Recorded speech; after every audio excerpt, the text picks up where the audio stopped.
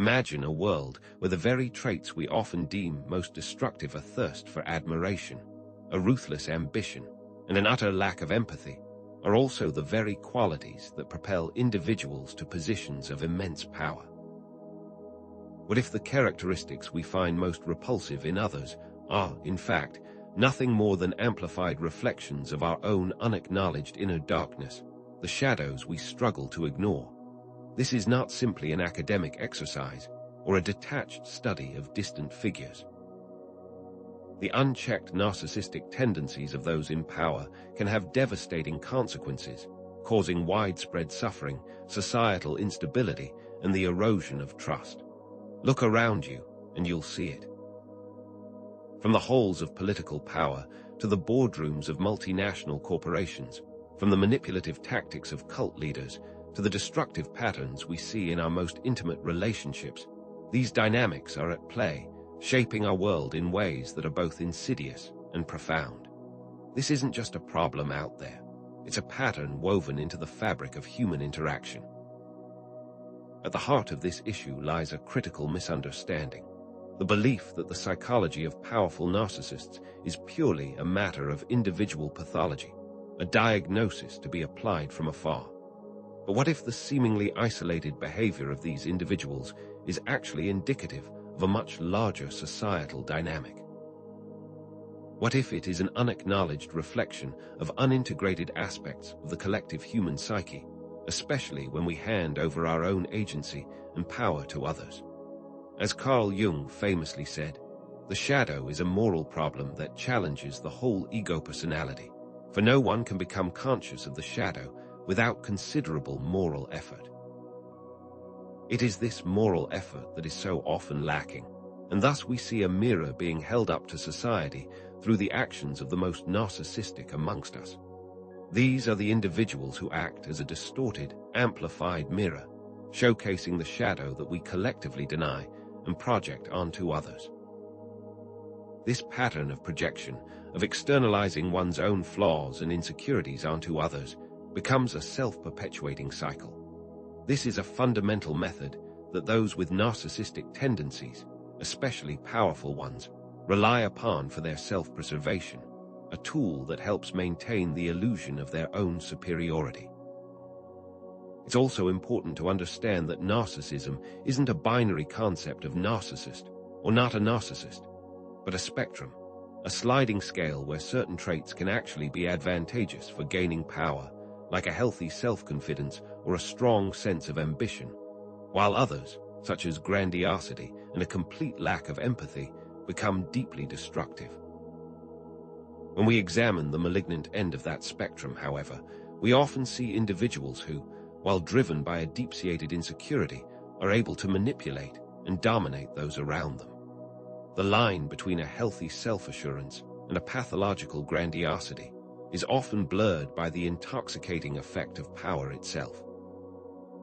This blurring is where we will begin our journey into the psychology of powerful narcissists, in order to understand the forces at play, both inside and out. How many times have we witnessed the catastrophic consequences of unchecked narcissistic tendencies? From the devastating decisions of historical dictators, to the ruthless actions of corporate leaders, to even the insidious manipulations within our personal relationships, we see the trail of suffering left in their wake. This is not just about understanding a psychological phenomenon. It is about recognizing the very real dangers that exist when these patterns are allowed to flourish, and how they lead to the destabilization of the world around us. The impact of these behaviors extends far beyond political leaders. It permeates every level of society, from corporate structures and religious institutions, all the way down to our day-to-day interactions. We see it in the abusive workplace environments created by narcissistic managers, in the manipulative dynamics of toxic relationships, and in the insidious messaging of self-serving leaders. The challenge is pervasive and calls for a deeper understanding of how these patterns manifest in our own lives and in society at large. We must understand that this isn't just about labeling others, but about recognizing how we might be contributing to these dynamics, how we give up our power, and allow others to use it in ways that are often contrary to our best interest, both individually and collectively. The core understanding that is needed is the idea that power does not create character, it reveals it, amplifying the pre-existing tendencies within an individual, especially when these tendencies lean toward narcissistic traits. If a person harbors unaddressed personal issues of worth and insecurity, the intoxicating effects of power will act as an accelerant, magnifying these issues until they become all-consuming. It's like pouring fuel on a fire. The small ember of doubt and insecurity can quickly escalate into a raging inferno of egotism and domination. This is where the concept of the shadow, as defined by Jung, becomes so critical for us to understand. The shadow is the unconscious aspect of our personality, the hidden, unacknowledged side we often prefer to ignore. To better understand the patterns at play, we must lay some fundamental groundwork. Let us begin by introducing the concept of the persona, the mask that we present to the world, the carefully constructed image we want others to see. In contrast to this is the shadow, those unconscious aspects of ourselves that we choose to deny, those that we prefer to keep hidden. This is a critical distinction to understand, because the persona and the shadow are in a constant battle, and in individuals with narcissistic tendencies, the persona is often inflated to cover a deeply insecure shadow. In order to understand this dynamic, we must clearly define some key terms, such as grandiosity, the inflated sense of self-importance that goes beyond healthy self-esteem, the lack of empathy, the inability to understand or share the feelings of others, and manipulation, the strategic use of deception to control and exploit those around them. These traits are not isolated behaviors. They are interconnected, forming a destructive pattern that allows narcissistic individuals to maintain their control and their carefully constructed illusion of superiority. And each is a manifestation of an underlying insecurity and shadow element, a compensation for the aspects they refuse to face. These individuals are often caught in a cycle of seeking constant admiration and validation. They become addicted to the external world to provide them with fuel for their false sense of self, the main mechanism to try and silence the gnawing doubts that exist beneath the surface. Now the deeper questions begin to arise. Why do we, as a society, so often allow these individuals to gain so much power? What unconscious needs of our own are being met by their presence? Is narcissism in power simply an individual problem? Or is it a symptom of a deeper societal sickness, a disease that eats away at the very foundations of justice and equity? As we delve deeper into this complex topic, we begin to see how these patterns are not isolated events, but rather repeating cycles that echo throughout history. Understanding these cycles is crucial for us because they are not unique to any one individual or culture or era, but are part of a fundamental pattern of the human condition itself. We will not only explore the psychology of these individuals, but also take a critical look at ourselves and provide practical steps for recognizing these patterns and how to reclaim the power that has been given to those who misuse it. What will we do with this knowledge when we understand that the patterns we see out there are also within us? To truly grasp the complex nature of narcissism, we must move beyond simple labels and delve deeper into its spectrum. It is not merely a case of narcissist or not a narcissist, but rather a continuum of traits, ranging from the adaptive and often socially beneficial to the deeply pathological and destructive. At one end of the spectrum, we find normal narcissistic traits, which manifest as a healthy sense of self-esteem, ambition, and a desire for recognition. These qualities, when balanced with empathy and a genuine concern for others, can actually be drivers of success and positive change. However, as we move further along the spectrum, we encounter narcissistic personality disorder, or NPD, characterized by a more pervasive pattern of grandiosity, a constant need for admiration, and a distinct lack of empathy, which still is not malignant.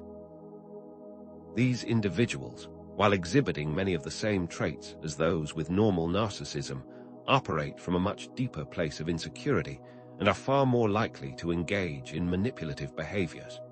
Their self-esteem is fragile, requiring constant external validation. Their need for control can be ruthless, and their relationships are often superficial and transactional, focused on what they can gain, and never on genuine connection. But even this form of NPD is not as dangerous as the malignant end of the spectrum. But when we reach the malignant end, we see the emergence of a personality marked by a complete absence of empathy, a relentless need to dominate and control, and a willingness to engage in cruelty and exploitation. This is where narcissism becomes truly dangerous, as it often masks a deep-seated sense of worthlessness and a nihilistic worldview where other people are just objects to be used for self-gratification. These individuals, driven by an insatiable ego, can wreak havoc on the lives of those around them, and when they achieve positions of power, upon entire societies. What, then, is the catalyst that pushes someone to the malignant end of this spectrum? It is essential to recognize that power acts as a powerful magnifier, amplifying pre-existing narcissistic tendencies. A person with normal narcissistic traits, when placed in a position of authority, might become more confident and assertive. But when a person with deep-seated insecurities and pathological patterns is given authority, the effects can be catastrophic. Their latent grandiosity, previously held in check by circumstance, can explode into a full-blown delusion of grandeur, where they begin to believe their own carefully constructed narrative of superiority, losing sight of the reality around them. As they gain more influence, they become more disconnected from the consequences of their actions, their empathy diminishes, their need for control intensifies, and their exploitative tendencies are given free rein. This is why we often witness the transformation of seemingly well-intentioned individuals into tyrannical figures. The intoxicating effects of power acts as a solvent, dissolving any semblance of humility or compassion.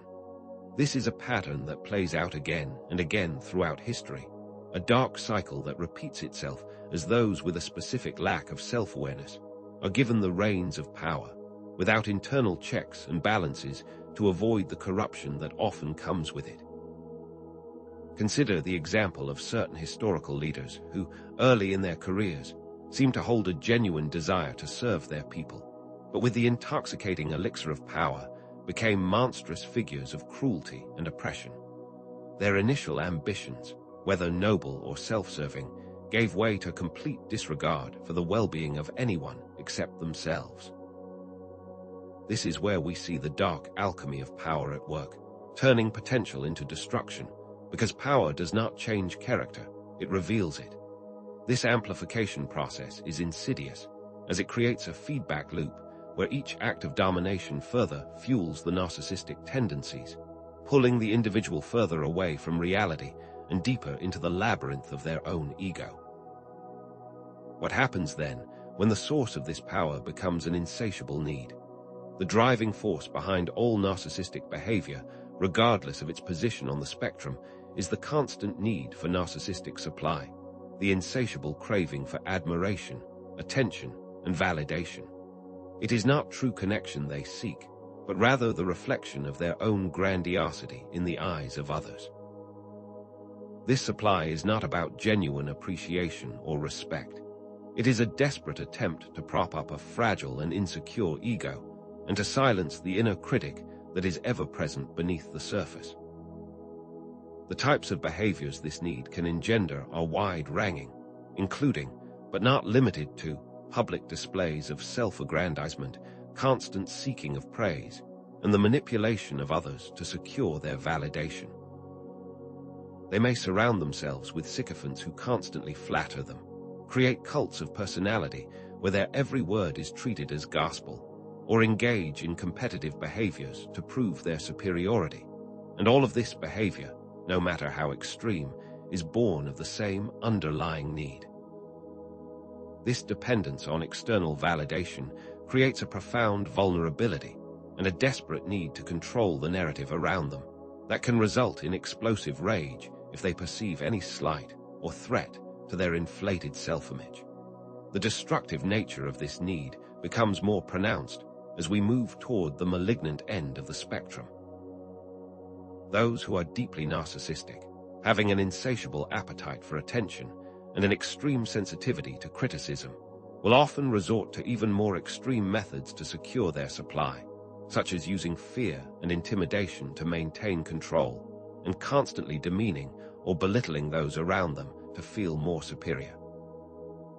The relentless pursuit of this supply is, in effect, a self-perpetuating cycle, as each temporary hit of validation only reinforces the underlying insecurity, pushing the individual to seek even more. So, having explored the spectrum, how can we recognize the patterns and archetypes that are at play? Now let us shift our focus to the archetypal representations of powerful narcissists throughout history and in literature. These are not merely isolated cases or deviations from the norm. They are manifestations of a pattern that has been present since the dawn of time. By examining these figures, we begin to see the recurring traits and the archetypal patterns that play out across cultures and eras. Take, for instance, the historical figures who have become synonymous with tyranny like Caligula or Nero. These individuals, consumed by their own egos, inflicted immeasurable suffering on their people, acting with a complete disregard for the lives of others. Their grandiosity, their need for constant validation, and their utter lack of empathy are all hallmarks of the malignant narcissist. But these are not unique traits, they are archetypal. These are patterns that we have seen played out again and again throughout history.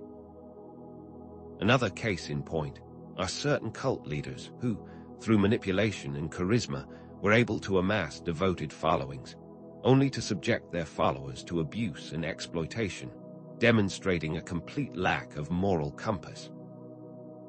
Even in fiction, we see these archetypes portrayed with devastating accuracy, from Shakespeare's Macbeth to the delusional tyrant of George Orwell's 1984. These figures serve as cautionary tales, showing the dangers of unchecked ambition and the corrosive effects of ego when it is allowed to run rampant. These historical and literary examples are not just cautionary tales. They act as a kind of mirror, reflecting aspects of the collective human psyche, showcasing both the capacity for great good and for unimaginable evil. This connection to the archetypal is crucial for our understanding, because it highlights that the patterns we see in narcissistic individuals are not anomalies, but are intrinsic elements of the human condition, and when these aspects are allowed to fester, they become a destructive force that needs to be understood. How do we then understand these recurring patterns in light of Jungian concepts? These archetypal figures are not just individuals, but also embodiments of the Jungian shadow, the unacknowledged aspects of our own personalities that we prefer to keep hidden from ourselves. The tyrannical leader, the manipulative cult figure, and the power-hungry character are reflections of our collective fears, our deepest insecurities, and the unacknowledged dark side of the human experience. When we see these figures acting out, it is as if we are witnessing our own shadow projected onto the world stage, amplified by the power they wield, so that it becomes more visible than we are willing to look at it in ourselves. When a leader begins to become more narcissistic, it's not just their own ego that is at play, it's the collective shadow of a culture that is giving them their energy and power. The shadow contains all the things that we as a society, or as an individual, refuse to admit about ourselves. It includes everything from our aggression and our selfishness to our deepest fears and our sense of powerlessness. These traits are not unique to the narcissistic individual, they are part of the human condition. It is when these traits are denied, when they are repressed, that they become distorted and manifest in destructive ways, and that they get projected onto other individuals who are, in essence, a mirror for what society refuses to look at in itself. The narcissistic leader, driven by their own shadow, becomes a magnet for the collective shadow of a society. drawing in all the unresolved conflicts and suppressed emotions, which then get played out in the real world, creating further instability and suffering. The need for external validation, a hallmark of the narcissistic personality, is then a direct result of the denial of a personal shadow. The individual who refuses to confront their own flaws and insecurities is caught in a desperate cycle of seeking external approval to maintain their fragile sense of self, always looking to others to fill the void that can only be addressed through self-reflection and shadow integration. How do these archetypes manifest in their day-to-day behaviors? One of the most defining characteristics of the powerful narcissist is their manipulative behavior. This isn't just about making requests or influencing decisions. It's about using deception, exploitation, and control to maintain their power and to manipulate others into providing them with a constant supply of narcissistic validation. They are masters of psychological warfare, employing tactics like gaslighting, which is the manipulation of someone into questioning their own sanity, their perceptions and memories, and projecting their own negative traits onto others in order to avoid taking responsibility for their own flaws. They also engage in triangulation, which is the process of involving a third party in a conflict in order to create division and gain control. These manipulative techniques are not just isolated incidents. They are tools used to disarm their victims, control their narrative, and maintain their superiority. By denying reality, shifting blame, and creating confusion, they maintain their power, avoiding any genuine accountability for their actions. Consider for a moment the historical example of certain political leaders who, through propaganda and misinformation, gaslighted their populations into believing a false version of reality. Or the example of certain cult leaders who, through a campaign of psychological manipulation, isolated their followers from their friends and families, controlling every aspect of their lives, using triangulation to make sure no one became aware of the lies and contradictions in their teachings. Even in our daily lives, we see these tactics used by abusive partners, controlling bosses, and manipulative family members, each of them seeking to control their relationships and deny their responsibility for their own actions. So, given the pervasiveness of this pattern, how do we understand the cycle of projection and the shadow's influence on the collective? Projection is a powerful psychological mechanism that plays a crucial role in the perpetuation of narcissistic power structures and the toxic dynamics we see at both individual and societal levels. When individuals project, they are unconsciously attributing their own unacknowledged negative traits, their insecurities, and their flaws onto others. This is a method used to maintain a false sense of superiority and to avoid the discomfort of confronting the dark side of their own personalities. They do not see their own flaws. They see those flaws reflected back at them and then blame the other person for having them. For example, a person who is secretly insecure about their own intelligence may accuse others of being stupid or incompetent. Or an individual who is hiding their own manipulative tendencies might perceive others as untrustworthy. In the context of narcissistic power dynamics, this projection becomes a tool of oppression, used to demonize and control others, and to maintain a system of hierarchy where they remain on top. This creates a dangerous cycle because the individuals who are the recipients of the projection often start to internalize those projections, which reinforces the false narratives and the power structure. What we see as a personal problem can then easily become a collective sickness. When these dynamics manifest on a societal level, the consequences become even more profound.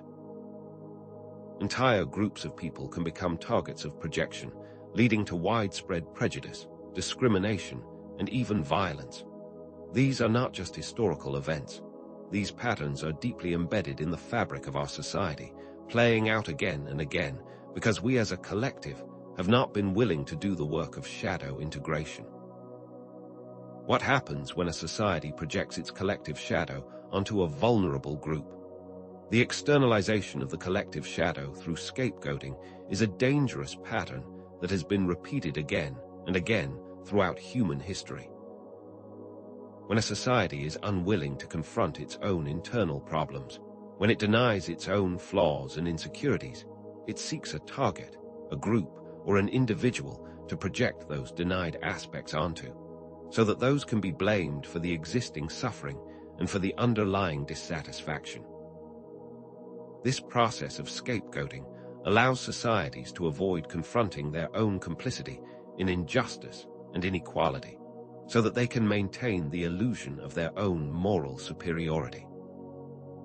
Throughout history, we have seen how minority groups, people of different ethnicities, religious beliefs, or socio-economic backgrounds, have been systematically targeted and blamed for the problems of the dominant culture. This process of scapegoating is a defense mechanism. It allows a society to project all of its negative qualities onto a particular group so it can maintain a positive sense of itself. When the society does not look into its own shadows, it creates a collective scapegoat and then projects onto it all of the aspects that it is unwilling to own. Consider the persecution of Jewish people throughout European history, the systematic oppression of black communities during the civil rights movement, or the dehumanization of immigrants in contemporary political discourse. These are not just examples of individual prejudice. These are collective shadow projections that demonstrate a refusal to take responsibility for injustices and a way to justify oppression by demonizing the other. The act of scapegoating not only inflicts immense suffering on the targeted groups, but it also perpetuates a cycle of violence and injustice, making it impossible for genuine healing or social change to take place, and ultimately perpetuating the shadow, making it more powerful. So, where do we go from here? What is the solution when both individual and collective shadows are in play? The time has come to shift from an outward focus to an inward one. The journey toward healing begins not with pointing fingers at the narcissistic individuals out there, but rather with recognizing that these patterns exist within ourselves as a reflection of the collective human condition. The first step towards breaking these destructive cycles is to engage in deep self-reflection, to confront our own shadows, and to acknowledge that we too are capable of the behaviors we find so abhorrent in others. This isn't about self-blame or self-punishment, but about self-awareness. It is an invitation to do the difficult work of looking at our own flaws and insecurities, and recognizing how those might manifest in our day-to-day lives and in our patterns of relating to others. As Jung said, until you make the unconscious conscious, it will direct your life and you will call it fate. The only way to reclaim our power is to start by recognizing how we give it away, by denying our own shadows and projecting them onto others. When we are unaware of our own shadows, we are constantly at the mercy of the projections of those around us, making us vulnerable to the manipulations of narcissistic individuals and institutions. The solution, as the problem, lies within. What practical tools can we use to begin integrating the shadow and reclaiming our power? To embark on this journey of shadow integration, we must begin with practical steps, tools for self-reflection that can help us become more aware of the patterns we carry within. Journaling, for instance, is a powerful method for bringing unconscious thoughts and emotions to the surface, allowing us to examine our behaviors and our patterns in a more objective way. By regularly writing down our thoughts and feelings, we can begin to identify the recurring themes and patterns, as well as the internal narratives that contribute to our shadow.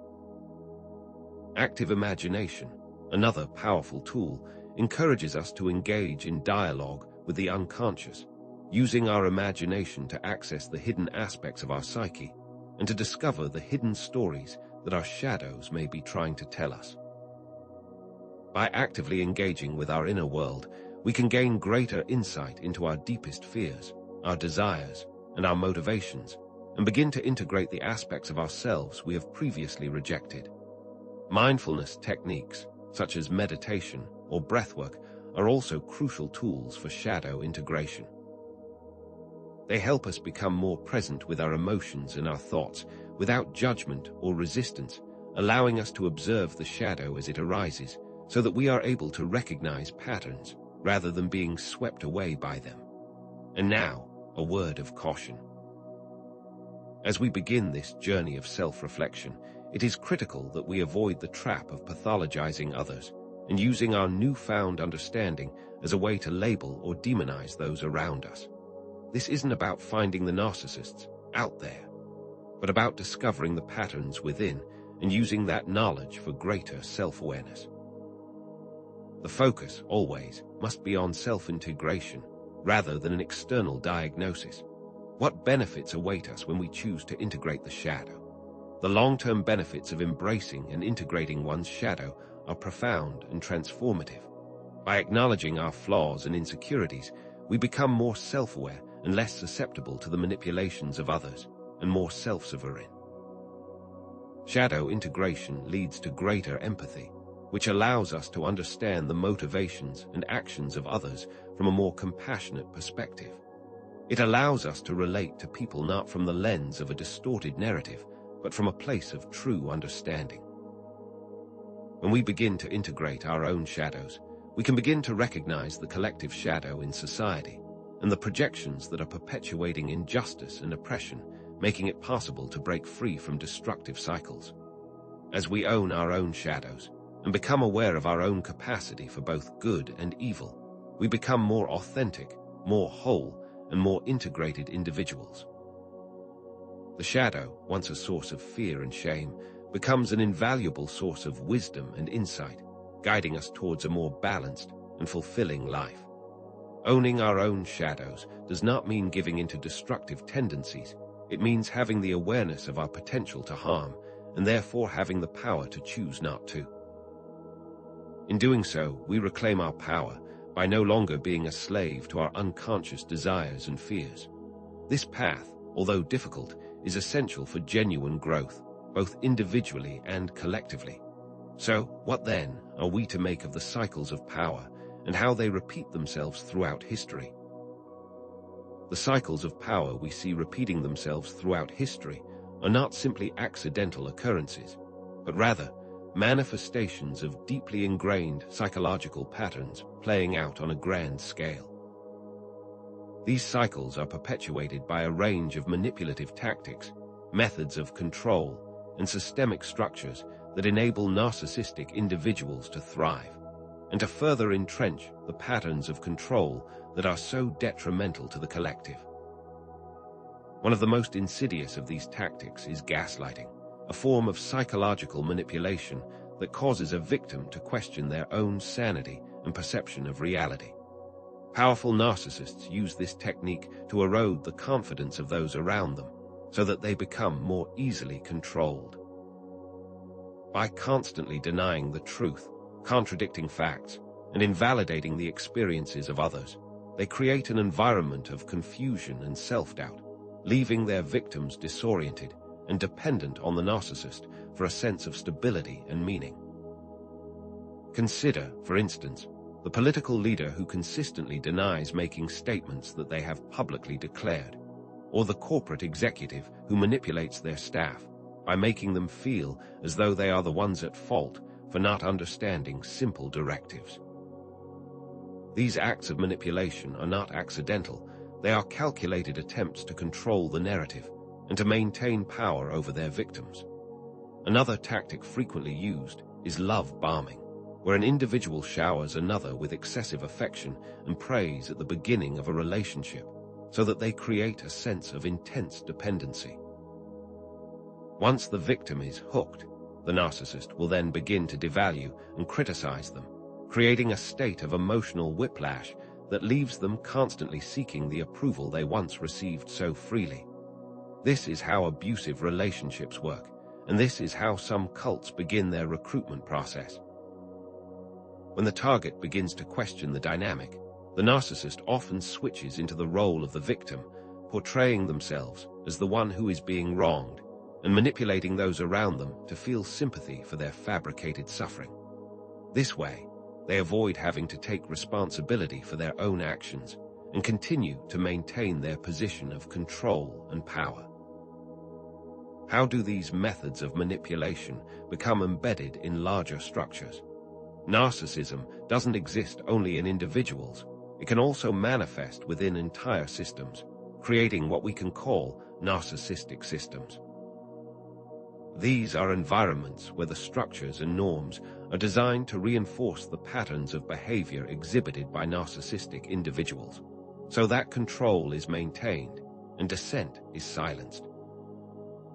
In these systems, the needs of the leadership take precedence over the needs of the group. The expression of individuality is discouraged, and obedience and conformity are rewarded, often with preferential treatment or with promotions to positions of influence within the system itself. Any expression of disagreement or any act of critical thinking are seen as threats to the established order and are actively suppressed, often through punishment or through social exclusion, and sometimes even with violence, depending on the level of paranoia and the perceived level of threat. These systems often promote a culture of sycophancy, where individuals are rewarded for their loyalty and their willingness to flatter their superiors, rather than for their ability or for their integrity. The system is designed to amplify the grandiosity of the leaders and to create a cult-like atmosphere where they are treated as if they are infallible and therefore beyond accountability. Consider, for example, how many large corporations operate, where dissenting voices are silenced, and where employees who are willing to play the game are promoted. Or the systems of certain religious organizations where unquestioning obedience is demanded, and where the leadership is treated as infallible, and where any disagreement can result in excommunication. In cults, there is often a complete breakdown of autonomy, as followers are trained to rely on the leader for all answers, making them easy to control and manipulate. These systems do not spontaneously emerge out of nowhere. They are the embodiment of unacknowledged shadows of the people within and those of the culture itself. What is the shadow's role in all of this? These manipulative tactics and the structures of narcissistic systems are not just random behaviors or a series of disconnected events. They are direct expressions of the unintegrated shadow, the hidden aspects of the personality that are denied or repressed. When an individual or a system refuses to acknowledge their own insecurities, their own flaws, and their own vulnerabilities, these denied aspects get projected onto the world, creating an external reality that reinforces the delusion of superiority and denies any responsibility for the consequences of their choices and their behaviors. The gaslighting, the love bombing, and the victim playing are all ways of avoiding the difficult task of confronting one's own inner demons and of dealing with the lack of self-worth that drives such behavior in the first place. The need for external validation and the need for control are born from a deep-seated insecurity and a fear of inadequacy, so that the individual seeks to dominate their environment in order to feel more powerful, using manipulation and control as a way to avoid the discomfort of feeling vulnerable. This is why they so often attack those that they perceive as a threat, because they are projecting the weakness they feel inside onto those that are questioning their authority. When these denied aspects become embedded into the structures of an entire system, the consequences become even more far-reaching and far more difficult to change. The system is then designed to protect the leader and to shield them from any criticism or accountability, in order to avoid having to face the shadows and the insecurities that are the engine behind the machine. For example, a leader who is secretly insecure about their own intelligence might project this onto their subordinates, constantly criticizing their performance and therefore reinforcing the leader's sense of superiority. How do these patterns repeat themselves across time? The cycle of power and narcissism is an age-old pattern that plays out again and again throughout history. The unchecked pursuit of power, fueled by narcissistic tendencies, often leads to a repetition of the same destructive patterns across generations and across historical periods. The initial rise to power of a narcissistic individual may often be seen as a promising event, as they often come to power by promising a better future or by offering a solution to existing problems. They may, at first, appear charismatic and confident, but as they consolidate their control, they become more ruthless, more manipulative, and more abusive, and the good intentions that may have been the basis of their initial rise to power will quickly fall by the wayside as the lust for power takes over.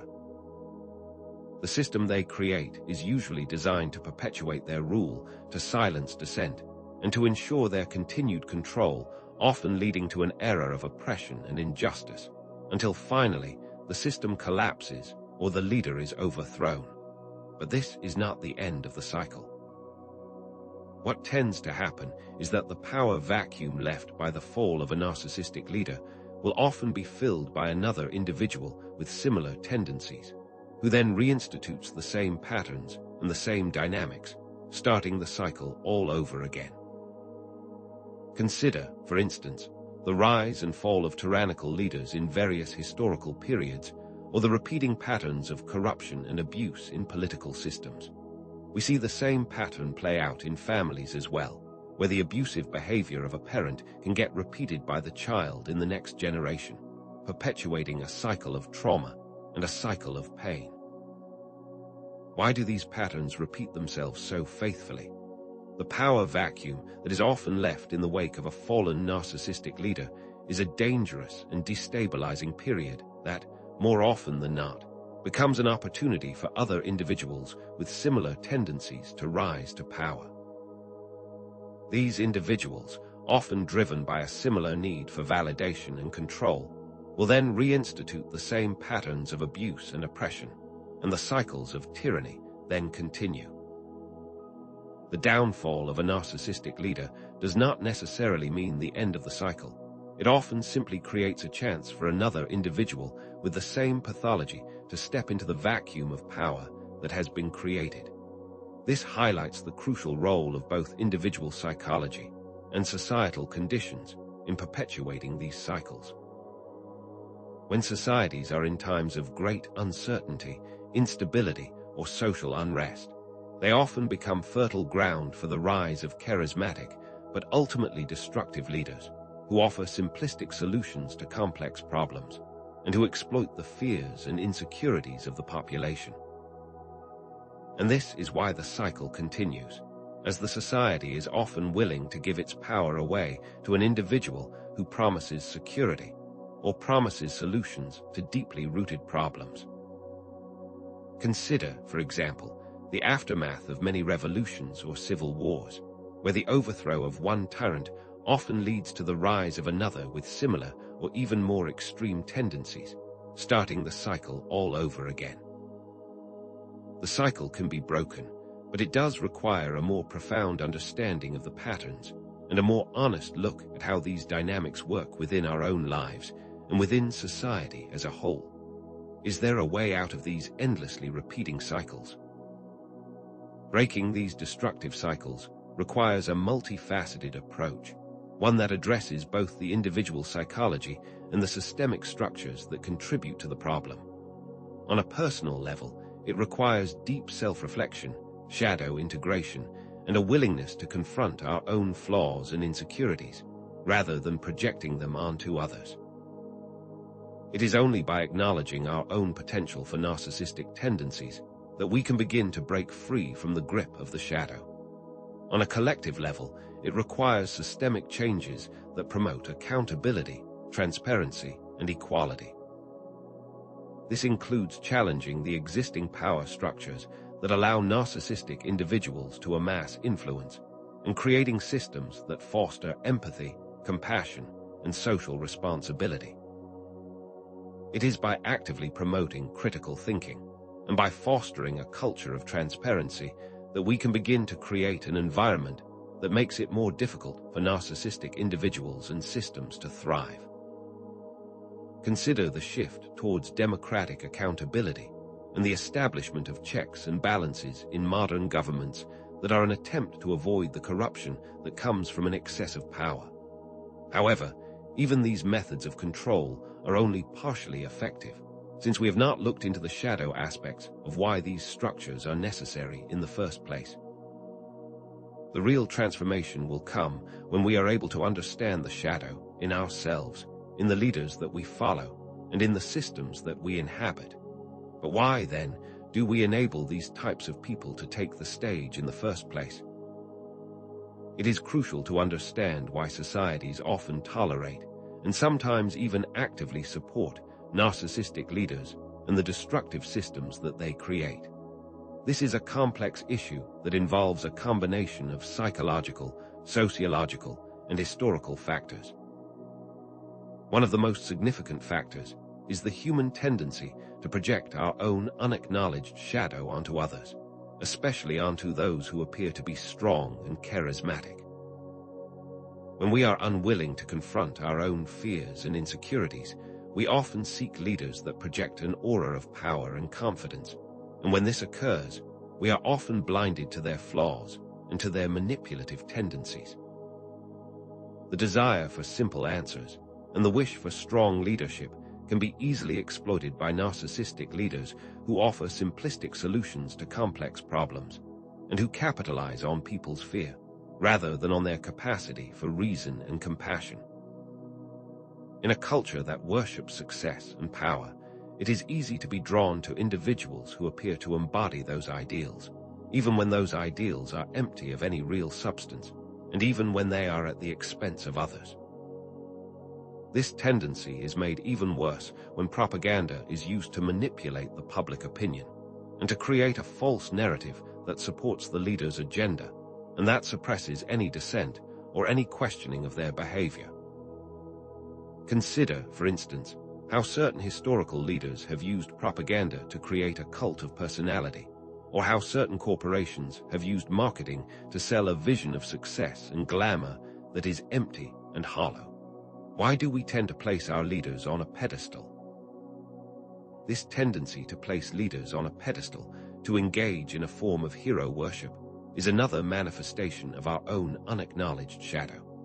When we project our own unlived potential, our unrealized dreams, and our hidden talents onto those we admire, we are engaging in a form of psychological projection that blinds us to their flaws and makes us more susceptible to their manipulations.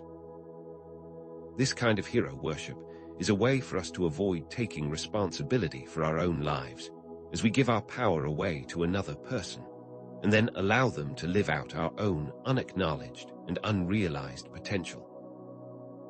When we begin to look at this pattern, it becomes clear why so many charismatic leaders have been able to amass so much power, and why their followers have been so willing to overlook their destructive behaviors. The cult of personality surrounding some political leaders is a prime example of this phenomenon, as many people become so invested in the idea of the leader that they are unwilling to see their flaws and are often willing to excuse their transgressions, no matter how extreme. This tendency to idolize others prevents us from seeing the leader as a flawed human being and makes it more difficult for us to hold them accountable for their actions, so that those patterns then repeat themselves across history. The cycle of hero worship keeps us trapped within a pattern of powerlessness. What is the cost of our lack of self-awareness? The long-term consequences of this lack of self-awareness and the perpetuation of narcissistic power structures are immense. When societies fail to hold their leaders accountable or to examine their own shadow, the consequences become far-reaching and extremely damaging. The rise of injustice, inequality, and the erosion of democratic institutions are direct results of unchecked power and the absence of the accountability that keeps that power in check.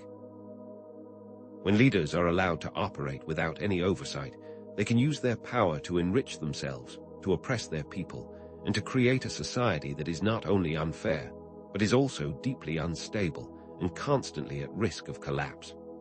The cost of this lack of awareness can be catastrophic for entire societies, leading to violence, war, and even genocide.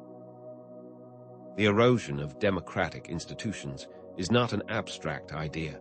It is a very real threat, and one that is often facilitated by the very people who we believe will be our saviors. When we fail to recognize the destructive patterns of narcissistic power dynamics, we allow these patterns to continue, and then we perpetuate cycles of suffering and oppression, so that the very systems that are supposed to protect us become the very systems that inflict the most harm. How can we shift our perspective then to a more humane approach? It's time for a shift in perspective, a movement away from the simple act of labeling people as narcissistic, and toward a more nuanced understanding that recognizes these traits as a spectrum of human behavior. The journey of understanding is not about finding the pathological in others, but about seeing ourselves within the patterns, and by doing so, understanding why they exist in the first place. These are not just abstract concepts. They are patterns that are born from our shared humanity, from our collective shadow. And when we understand that, we can move away from the impulse of judgment to the more compassionate view of understanding. This requires empathy not only for those who have been hurt by narcissistic individuals, but also for those who engage in these destructive patterns, recognizing that their behavior is often a manifestation of deep-seated pain, rather than simply an act of aggression. When we begin to understand the insecurity underneath the grandiosity, we can begin to approach the problem from a place of greater understanding, and not simply as a pathology to be labeled and dismissed. This does not mean excusing the damage they cause. It means understanding the underlying psychological factors that contribute to such behavior, and therefore begin to break the cycle. How can we see the pain beneath the surface? Narcissistic behavior is not just an expression of self-aggrandizement. It is also a manifestation of profound insecurity and a deep well of pain. Those who engage in these patterns are often driven by a desperate need to compensate for feelings of inadequacy, and for a deep sense of unworthiness, often stemming from past trauma or from a profound lack of love and validation. When we view these patterns through this lens of pain, it allows us to see the potential for healing and transformation, even within those who have caused immense suffering. This doesn't mean ignoring the harm that has been done or excusing their behaviors. It means understanding the underlying human condition, and therefore having the capacity for compassion, even for those who have caused harm, and most especially for ourselves, who are part of the very same patterns. When we see the insecurity beneath the grandiosity and the pain beneath the manipulations, we begin to understand that these patterns are not inherent to certain individuals, but rather that they are part of the human condition, and that we all have the capacity for both light and dark. And in understanding this, we can move from a position of judgment to one of empathy and of shared humanity. How can we extend this empathy to ourselves? As we begin to understand the shadow aspects within others, and also within the systems around us, we must turn our attention to the most crucial step in this process, which is extending that same empathy and understanding to ourselves. The journey of understanding begins not with condemning the darkness in others, but rather with accepting the darkness within our own hearts, with compassion and with a deep commitment to wholeness and to the healing of our own selves. This involves recognizing the patterns we carry within, the insecurities, the fears, and the vulnerabilities that can contribute to the patterns that we see all around us. This is the path to genuine understanding, one that will lead us beyond the easy classifications and toward a deeper, more humane perspective, and ultimately to a place of greater peace and a more profound sense of connection to ourselves and to all those around us. For it is in the depths of our own shadow that we can find the keys to not only our individual freedom, but to the freedom of the collective as a whole. This journey of self-compassion and self-understanding is a never-ending one, and it starts with a single step. And that step is to acknowledge that we are all, in some ways, a reflection of the patterns that we so readily dismiss in others. What then are the practical steps we can take to begin reclaiming our power? Reclaiming our power begins with understanding how individual narcissistic traits are amplified by systemic power, creating what we can call narcissistic systems. These systems aren't merely collections of individuals with similar tendencies, but rather, they are structured environments that actively encourage and reward narcissistic behaviors, often turning individual flaws into systemic issues. These systems operate through a variety of mechanisms, and one of the most effective is the creation of a culture of compliance, where those who support the dominant narrative are rewarded and those who question it are marginalized. This happens because the narcissistic individual at the top tends to surround themselves with people who are willing to tell them what they want to hear, also known as yes men, creating an echo chamber that reinforces their distorted perception of reality. These individuals become extensions of the leader's ego, offering constant validation and shielding them from any form of accountability, or from the difficult task of having to face their own shadows. This is how the individual flaws of the narcissistic leader become codified into the structures of the system itself, where dissent is not only discouraged, but is often actively punished, reinforcing the illusion that the leader is always right. Think, for instance, of a corporate environment where the CEO is surrounded by sycophants who are unwilling to challenge their decisions, or of a political system where the leader's inner circle consists of loyalists who blindly follow every order without question, no matter how unreasonable. The end result is a system that is detached from reality, and one that is more focused on maintaining the leader's ego than on serving the needs of the group. How do these echo chambers further perpetuate the cycles of control? These narcissistic systems often thrive by creating echo chambers that actively filter out any dissenting voices and reinforcing the leader's worldview. They do this by promoting a culture of conformity where individuality is suppressed and loyalty to the leader is valued above all else. This creates a feedback loop where the leader's grandiosity is constantly reinforced, and where their distorted perception of reality becomes the accepted version of truth, so that they no longer have to confront their own shadows. This is why these systems tend to become increasingly detached from reality, as those who are willing to speak truth are either silenced or they are removed from the system entirely. Anyone who questions the leader's authority or challenges their decisions is often ostracized, ridiculed, or even punished, making it increasingly dangerous to express any form of dissent. This creates a climate of fear, where people are afraid to speak out, and where they become complicit in the leader's destructive behaviors, not because they agree with them, but because they are afraid of the consequences. Consider the example of a religious cult, where the leader is often treated as infallible, and where followers are discouraged from questioning their teachings, or think of a political regime that controls the media and censors any information that is not aligned with its agenda. In these environments, the feedback loops become increasingly distorted, as only the leader's perspective is deemed to be valid. The system itself becomes a reflection of the collective shadow, a manifestation of the group's unacknowledged insecurities and their denied vulnerabilities. Why do these systems mirror our own collective shadows? These narcissistic systems often act as a mirror to the collective shadow, embodying the fears, insecurities, and the denied aspects of the group as a whole. When a society is unable or unwilling to confront its own dark side, that shadow gets projected outward onto its leaders and onto its systems.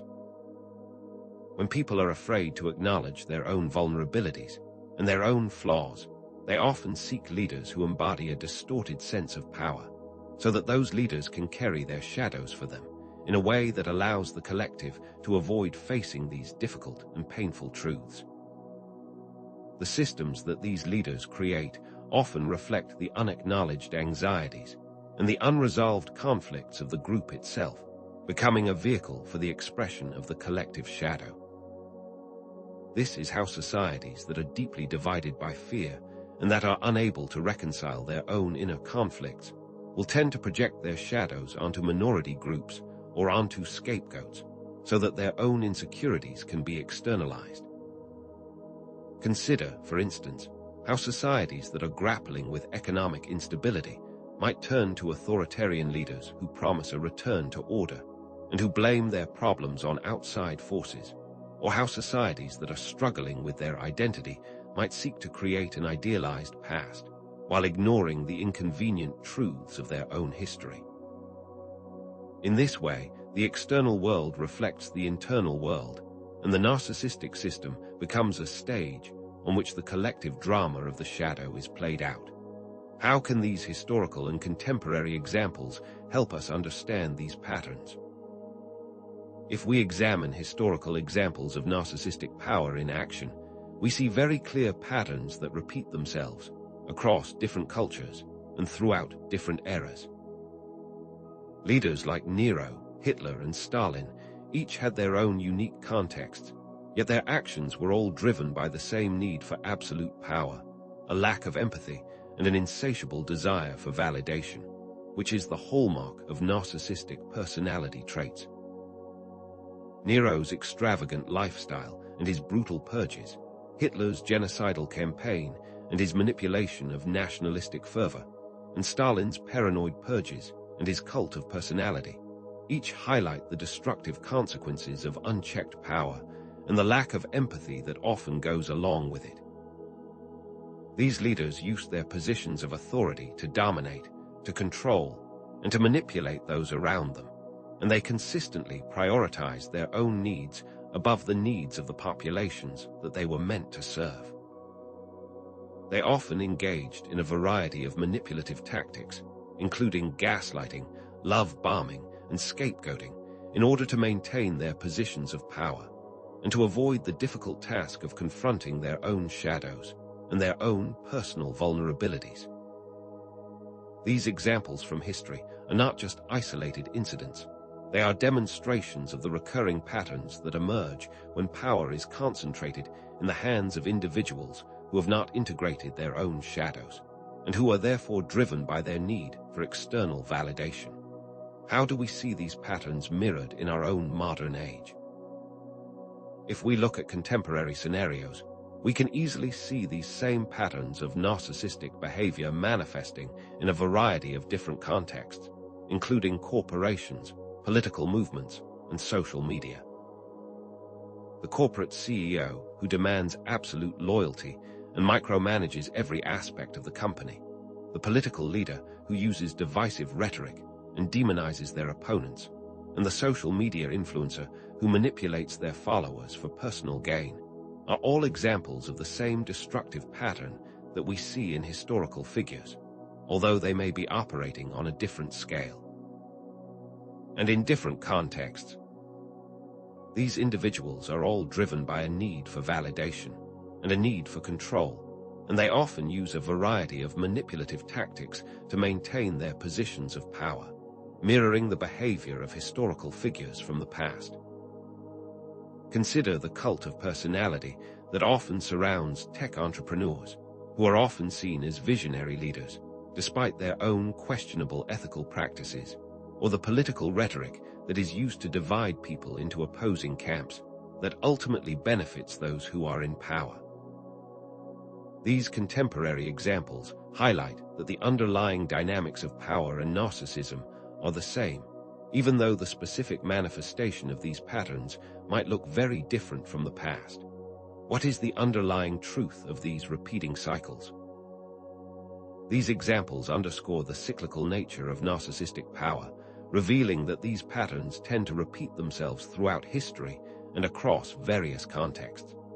The same dynamics of manipulation, control, and abuse continue to manifest across different generations, within different cultures, and in various types of systems. The cycle often begins with a charismatic leader who promises change, and then devolves into a system of oppression, manipulation, and control, and until the system finally collapses, only to be replaced by another leader with similar tendencies, so the cycle then repeats itself. This repetition of the past is not simply an accident, but rather, it is the consequence of our collective unwillingness to confront the shadow, and our deep-seated tendency to project our own unacknowledged insecurities onto those that we perceive to be more powerful.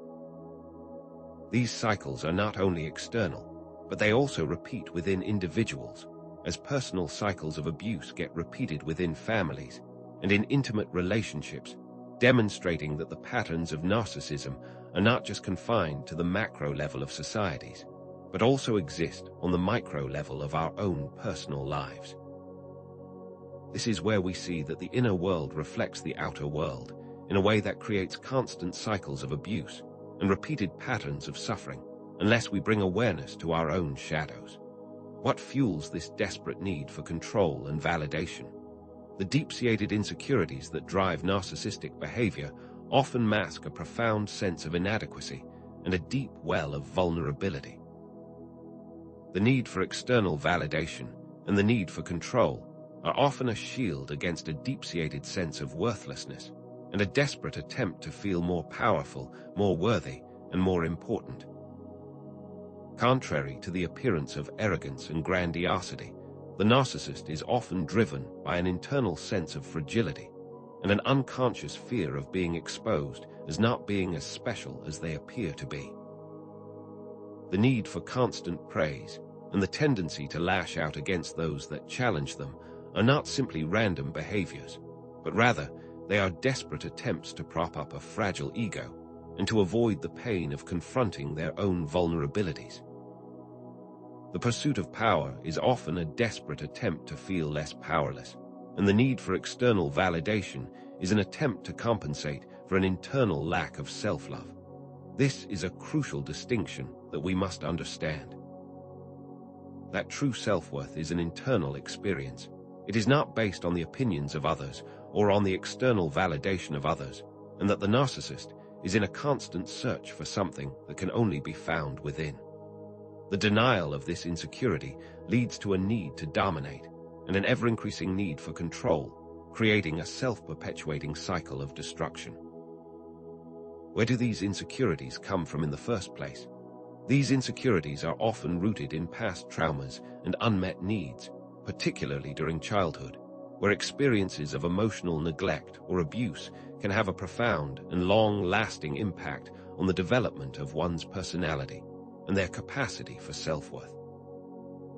The early experiences of not being seen, not being heard, and not being loved can contribute to the development of narcissistic traits, creating a desperate need for external validation and a deep-seated fear of intimacy, which is often expressed as a need to dominate others, so that they can feel more powerful in relation to those around them. While this does not excuse the harmful behaviors of those with narcissistic tendencies, it can offer a deeper understanding of the underlying causes, which allows us to look past the superficial manifestations of arrogance and grandiosity, and to understand the pain that is underneath. The child who was never made to feel that they were good enough may grow up to be an adult that is constantly seeking external validation, and will often lash out against those that they perceive as a threat, mirroring the feelings of pain and rejection that they felt in the past.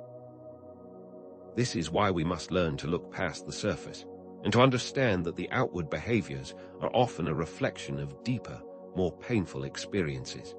How can we use a Jungian lens to understand this dynamic? If we bring a Jungian perspective to this, we begin to understand the concept of the wounded child within the narcissist, an archetype that represents the unresolved traumas and the unmet needs of their past. This archetype is an expression of a deeply hurt part of the personality that has never been allowed to heal, so it will tend to seek out ways to compensate for the pain that it feels, often through acts of manipulation and through a desperate attempt to feel loved, or at least to feel validated by others. The narcissistic behavior can then be seen as a misguided attempt to heal this inner wound, a desperate search for the love and acceptance that was denied in their past, but one that is often expressed in ways that are harmful to others. The narcissistic pursuit of power and control can then be understood as a desperate attempt to compensate for the powerlessness that was felt in childhood, and the need for external validation is a substitute for the self-love that was never fully developed. While this understanding doesn't excuse the harm that is caused, It can help us to see the human being behind the destructive behaviors, inviting us to respond with compassion, rather than simply with judgment. Importantly, this wounded child also exists within us, and that recognition is the key to our own transformation. Why is self-compassion so crucial in all of this?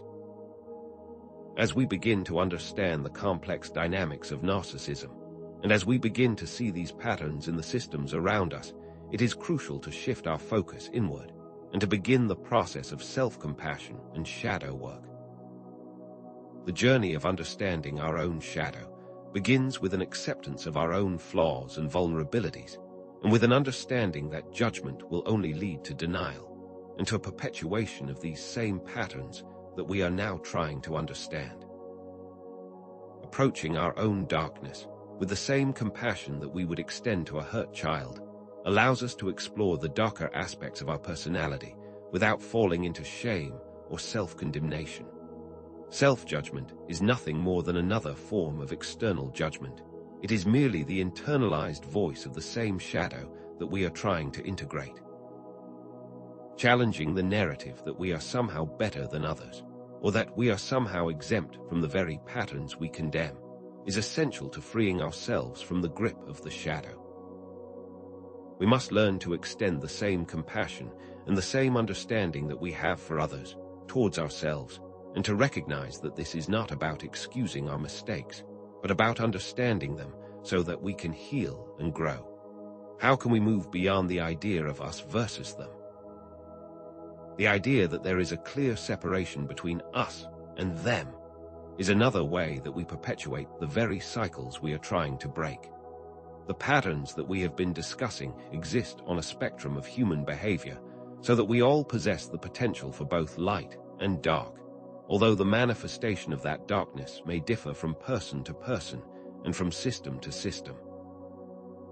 Recognizing that we all have a shadow, and that the patterns we see in the world also exist within ourselves, begins to break down the illusion of separateness and invites us to approach others with greater empathy and compassion. The tendency to label others as narcissists allows us to distance ourselves from the patterns that are ultimately part of our shared humanity, and it also prevents us from confronting our own potential for these behaviors. This does not mean excusing the harm that is done or denying the very real consequences of narcissistic behavior, but rather, it means recognizing that we are all part of the same continuum, and that true transformation begins with an honest look into the depths of our own hearts. Where do we see these patterns playing out in our own lives? True transformation begins with self-awareness, with a commitment to understanding our own shadow and our own relationship to power, and to the ways in which we might be participating in the very patterns that we are now trying to understand. This is not about pointing fingers at others, but rather, it is about recognizing that we are all part of the same complex web of relationships, and that real change must start from within. This journey requires radical honesty, a willingness to confront our own flaws, and a commitment to personal growth, but more importantly, it requires compassion, both for ourselves and for others. The understanding of these patterns within ourselves is not a condemnation, but rather an invitation to step into a more authentic and a more meaningful life. As we prepare for the next stage of our journey, we must ask ourselves, how can we apply these insights to our own lives, and how can we begin to actively engage in the work of shadow integration, not as an abstract concept, but as a necessary step for personal transformation and for the healing of the world around us? As we turn our attention inward, we begin to recognize that the pursuit of power and control is not just an external phenomenon, but rather, it often manifests within our own internal landscapes as well. This internal manifestation can be seen in what we might call the inner tyrant, a hidden aspect of ourselves that craves domination and seeks to impose its will, not just onto others, but also onto our own inner world. This inner tyrant can show up as an insatiable need to be right, a relentless pursuit of perfection, or an intolerance for even the smallest of mistakes, not just in others, but also in ourselves. It is often expressed as a critical inner voice that relentlessly judges and condemns, and that holds us to unrealistically high standards, constantly reminding us of our perceived shortcomings and failures, and driving us to constantly strive to achieve and to dominate. It's important to see that this isn't just about being demanding of others, but how we demand perfection from ourselves, and how we often fail to extend to ourselves the same compassion and understanding that we might offer to others. This need for control, often stemming from our own unintegrated shadow, seeks to dominate not just the external world, but also our own internal world and even our own bodies in a desperate attempt to establish order and to avoid the discomfort of uncertainty and vulnerability.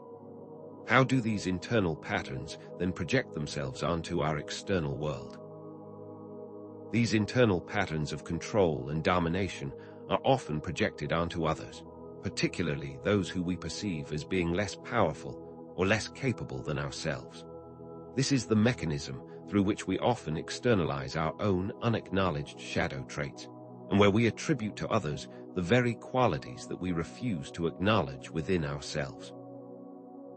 This is particularly true when it comes to power dynamics, where our own need for control might be projected onto others, so that we see them as controlling or manipulative, when in reality, this is a reflection of our own shadow and of our own unacknowledged tendencies. The more we deny these aspects within ourselves, the more likely we are to project them outward and to judge others for the same behaviors and for the same flaws that we refuse to see in ourselves. For example, someone who is highly critical of others is often projecting their own self-criticism, or someone who is intolerant of mistakes in others is often projecting their own fear of failure. In this way, what we dislike most in others is often a reflection of the very shadow that we refuse to accept in ourselves. Consider how those who accuse others of being overly sensitive are often those that are most sensitive themselves, or how those that accuse others of being controlling are often trying to control others. The shadow's goal is to remain unseen and to keep us unaware of the unacknowledged aspects of our personalities.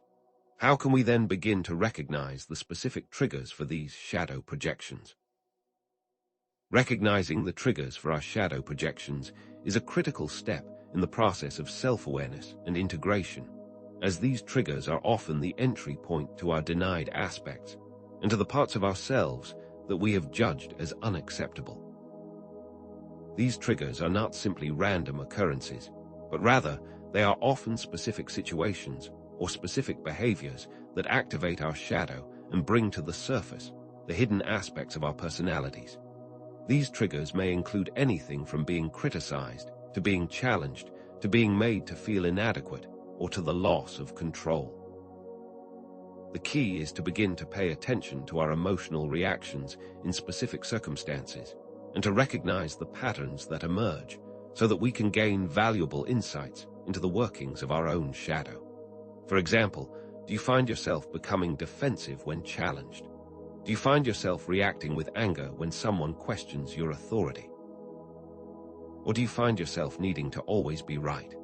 Journaling can be a helpful tool, allowing you to track and to understand the circumstances that trigger these reactions, and mindfulness techniques can help you to create a space between the trigger and your reaction, allowing you to observe your own responses without judgment. Asking yourself simple questions can also be very insightful, such as, "What am I feeling right now?" Or, "Why am I reacting this way?" It is by observing our triggers that we gain an opportunity to explore our shadows and to understand the unacknowledged aspects of our personalities. What then are some practical methods for engaging with the shadow itself? One powerful method for engaging with the shadow is through the practice of active imagination, a technique that was developed by Carl Jung, which allows us to safely explore the hidden depths of our unconscious minds. Active imagination is a process of inner dialogue, where we can create a safe space to communicate with our own shadow and to give voice to aspects of ourselves that have long been denied or suppressed. This practice can be done through journaling, through artistic expression, or through visualization, and it involves allowing our imagination to take the lead without interference from the conscious mind. The key is to create a space where our shadow can express itself freely without judgment or censorship, so we can begin to understand its motivations, its fears, and its needs. Think of it as a conversation with a part of yourself that you haven't met before, but one that deserves to be heard, understood, and integrated into your conscious awareness. If you're using visualization, for example, you might want to create a safe space and then imagine a figure that represents your shadow. You can then ask that figure questions and listen to what it has to say. This may seem odd at first, but with practice, you will find that your unconscious is full of intelligence, and that even your shadow is a part of you that is worthy of understanding. What can this inner conversation reveal about our relationship with power and control? Journaling exercises can also be a very valuable tool for exploring our relationship with power and control, as it allows us to delve deeper into our thoughts, our emotions, and our behaviors in a way that may not be possible through simple introspection. Specific writing prompts can help you to uncover hidden patterns and to understand the ways in which you might be seeking control in your own life, both internally and externally. For example, try journaling on these prompts. Where in my life do I feel the need to be in control? What situations trigger a need for control? How does my need for control affect my relationships with others? What would it mean to let go of that need for control? Where do I hold power in my life, and where do I give it away? By honestly exploring these questions, we can begin to uncover the underlying beliefs and fears that drive our patterns of behavior, so that we can begin to make conscious choices, rather than being controlled by our unconscious reactions. It's important to be honest with yourself and to write what you truly feel without judgment or self-censorship. This is the space to explore the darker aspects of your personality so that they can be integrated. How can mindfulness practices help us with this process? Mindfulness and meditation practices offer another very valuable approach to shadow integration by enhancing self-awareness and creating the space to observe our shadow aspects without judgment or immediate reaction. Through regular mindfulness practice, we can begin to notice the triggers that activate our shadow and to observe our emotional reactions without getting carried away by the intensity of our feelings. This awareness allows us to create a space between the trigger and the reaction where we can choose to respond more consciously rather than being controlled by our unconscious patterns. When we are mindful, we can begin to observe the inner workings of the mind and see how our thoughts, our feelings, and our impulses arise and how they pass away. This observation helps us to understand our patterns of behavior and to see how our shadow influences our actions, but without judgment or the need to immediately react. Simple mindfulness exercises, such as focusing on the breath or observing bodily sensations, can be incorporated into your daily life. Even just taking a few minutes each day to sit quietly and to observe your thoughts and your feelings can make a huge difference in your self-awareness and capacity to respond with conscious choice. The ability to step back and to observe our reactions is a key step in shadow integration and in the development of a more balanced and integrated self. But what is the true goal of shadow work? The true goal of shadow work is not to eliminate our shadow aspects, but rather to understand and to integrate them into our conscious awareness. This is not about trying to get rid of our darkness, but rather about accepting it as a valuable part of our being, and about learning to work with it in a way that is both constructive and transformative. It's important to remember that our shadow contains valuable energy and wisdom, and that the aspects of ourselves that we have judged as negative or as unacceptable can actually be a source of great power and creativity. True wholeness comes not from trying to be perfect or from trying to suppress our shadow, but from embracing the totality of who we are, and by accepting all parts of ourselves, including the aspects that we may have long denied or rejected. Think of it like integrating the different parts of a puzzle or putting together all the pieces of ourselves so that we can express a more complete and a more authentic self. By accepting the shadow, we no longer have to be controlled by it, and we also become more resilient and more adaptable in the face of life's challenges. How does this shadow integration impact our relationships with others? Shadow integration not only enhances our self-awareness, but it also allows us to develop greater empathy for others and a deeper understanding of our shared humanity. When we begin to acknowledge and to accept our own darkness, we can also begin to see that others, too, are grappling with similar struggles, and that we are all part of the same complex web of human experiences. This is where we begin to see past the superficial labels and the judgment that we may have had previously, and we begin to recognize the shared struggles and the underlying vulnerabilities that we all share. This can lead to a greater capacity for compassion and less of a tendency to judge or to criticize others, especially those that we may have labeled as narcissistic in the past. When we understand that we all have a shadow, and that our judgments of others are often projections of our own denied aspects, we begin to break down the barriers of separation, and we begin to see the shared humanity that unites us all with more kindness and compassion. This allows us to respond to others from a place of understanding rather than judgment, and in a way that promotes healing and connection. What is the ultimate result of this process of integration? Ultimately, shadow integration leads to a greater sense of personal power and a more authentic expression of self, as we are no longer controlled by our hidden patterns of behavior or by the need for external validation.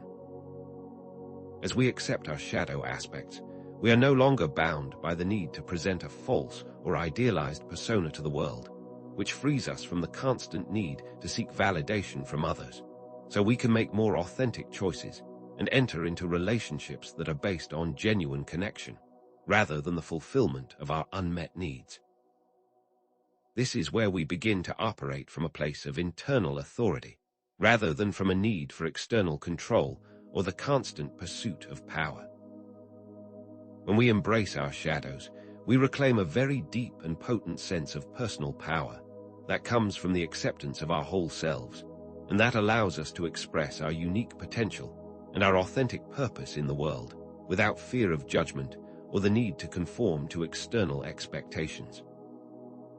This is true freedom, and the power to create a more fulfilling and meaningful existence, not just for ourselves, but for the world around us. This is also where we begin to understand the difference between external control and internal authority.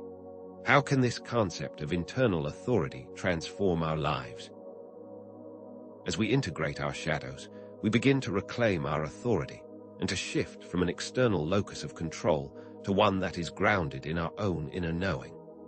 This means that we are no longer swayed by the opinions or judgments of others, and that we make decisions based on our own inner compass, rather than being driven by the need to please or to appease.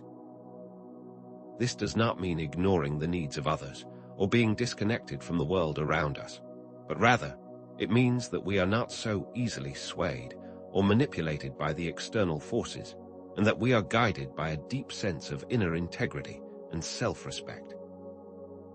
We become less reactive and more responsive as we learn to pause before reacting and to choose our actions consciously rather than being controlled by our unconscious patterns.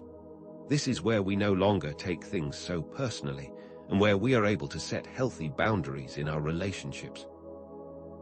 When we reclaim our own authority, we begin to see the world with greater clarity, and we begin to make choices that are aligned with our values and with our own true nature. How can this transformation be applied in our daily lives? By understanding our shadow patterns, we can begin to respond to situations with greater awareness, rather than being controlled by our reactive tendencies. This means that we are no longer driven by the unconscious patterns of the past, but that we can choose to respond in ways that are aligned with our conscious values and with our understanding of the present moment. One very simple yet effective strategy is to practice pausing before reacting, to take a deep breath, and to observe your emotional responses without immediate judgment or action. This space allows you to understand your triggers, to observe the patterns, and to choose a more conscious response, rather than being controlled by your unconscious reactions. It is in this moment of awareness that we create a shift in the patterns of the past, and that we begin to break the cycles of reactive behavior. It may sound simple, but this ability to pause and to observe your own reactions can be transformative in your ability to respond with conscious choice and personal power. As we reach the conclusion of this section, we must recognize that this is not the end of the journey, but rather an invitation to continue and to take personal responsibility for the role that we play in the cycles of power, and that each person has the ability to create change, beginning within, but expanding outwards to the world. What then is the next step on this path of self-discovery? As we synthesize the many concepts explored, it becomes clear that the journey into understanding narcissism, particularly in those who wield power, is far more complex than a simple diagnosis or a listing of traits. We've examined the spectrum of narcissism, from its normal expression to its more malignant forms, and how the presence of power acts as an amplifier, distorting already existing tendencies and sometimes creating new ones. We've also explored the archetypal patterns that are often repeated throughout history, with seemingly similar characters emerging in different periods, cultures, and contexts, displaying a range of characteristics, from inflated self-importance to an almost complete lack of empathy for others. We have examined the concept of projection, and how we tend to attribute to others the very qualities that we are unwilling to acknowledge within ourselves, particularly the unintegrated shadow and its role in creating these distorted perceptions. We explored the crucial role of self-reflection and the journey of shadow integration in understanding not only our own inner dynamics, but also in understanding how we participate in the larger cycles of power and control that seem to repeat themselves throughout history. This journey of discovery is not about pathologizing or labeling, but rather about recognizing the complex interplay between individual psychology, societal structures, and the collective unconscious, which is the foundation for understanding how these cycles perpetuate themselves. The key is not just in understanding how these patterns manifest in others, but also how they manifest in ourselves, and how each of our actions plays a role in this greater dynamic. This journey, guided by the wisdom of Jung, recognizes that the shadow is not something to be feared or eliminated, but a part of our totality to be understood and integrated. How can the recognition of this complexity change the way we relate to power and to those that hold it? The central thesis that emerges from this exploration is that narcissism in positions of power is not solely an individual pathology, but rather a reflection of unintegrated shadows, both personal and collective. When we fail to acknowledge our own shadow aspects, we become more vulnerable to projecting them onto others, and to perpetuating the very patterns that we claim to abhor, especially when these patterns are reinforced by systems of power. If we are unable to recognize and to integrate our own need for control, our own fears, or our own vulnerabilities, we will unconsciously participate in the dynamics that create and sustain narcissistic leaders. This recognition is not an excuse for harmful behaviors, but rather an essential step towards creating genuine and lasting change, because it places responsibility both on the individual and on the collective to look deeply at what is creating the conditions for these patterns to continue. When this shadow remains unacknowledged, it will inevitably manifest in the outer world, through the actions of those that hold power and through the behaviors of those that passively allow it. This is a self-perpetuating cycle, where our own unconscious patterns are mirrored in the behavior of others and in the structure of the systems that we create. When we project our shadows onto others, we inevitably give them our power, and we place them into positions of authority that they may not be prepared or equipped to handle. How does the acknowledgement of this dynamic then transform our engagement with the world around us? It is by understanding that individual shadow work is intricately linked to collective impact that we begin to see the ripple effect of our own inner transformation and how each step we take towards wholeness has a direct influence on the world around us. As individuals become more aware of their own inner workings and more able to integrate their shadows, the collective consciousness begins to shift, moving towards a more compassionate and a more balanced way of being. This is where our inner work becomes not only personally transformative, but also socially relevant and essential for creating a healthier and more just world. Each act of self-awareness, each step towards shadow integration, and each attempt to show up with authenticity and vulnerability contributes to a shift in the collective energy and a move away from the manipulative and controlling dynamics of narcissism. As individuals begin to own their projections and to take responsibility for their own inner workings, the systems that thrive on division, control, and manipulation begin to lose their grip. Each individual's journey towards wholeness is not just a personal quest, but also a vital contribution to the creation of a more conscious and compassionate society. It's important to understand that we are all interconnected and that our actions, both internal and external, have a far-reaching impact. This is why individual change is a critical component in creating societal change, because this journey towards inner transformation has a profound impact on the world around us. But where does true power lie, if not in domination and control? We arrive at a paradox, that true power does not come from domination or control, but from a place of vulnerability and authenticity, which turns our conventional views of power on their head and offers a completely unexpected counter-narrative. Our society often equates power with the ability to control others, to dominate and to be strong, but this is a distorted view of power, one that is rooted in fear and insecurity, not in genuine strength. True power, on the other hand, is the capacity to be vulnerable, to show up authentically, and to embrace our imperfections, which is where real strength lies. This vulnerability, far from being a weakness, is actually a great source of power, because it allows us to connect with others on a deeper level and to foster relationships based on genuine trust and mutual understanding, rather than on fear and manipulation. When we are willing to be seen and to be heard in our entirety without pretense or artifice, we create a space for others to do the same, which begins to dismantle the cycles of control that narcissism thrives on.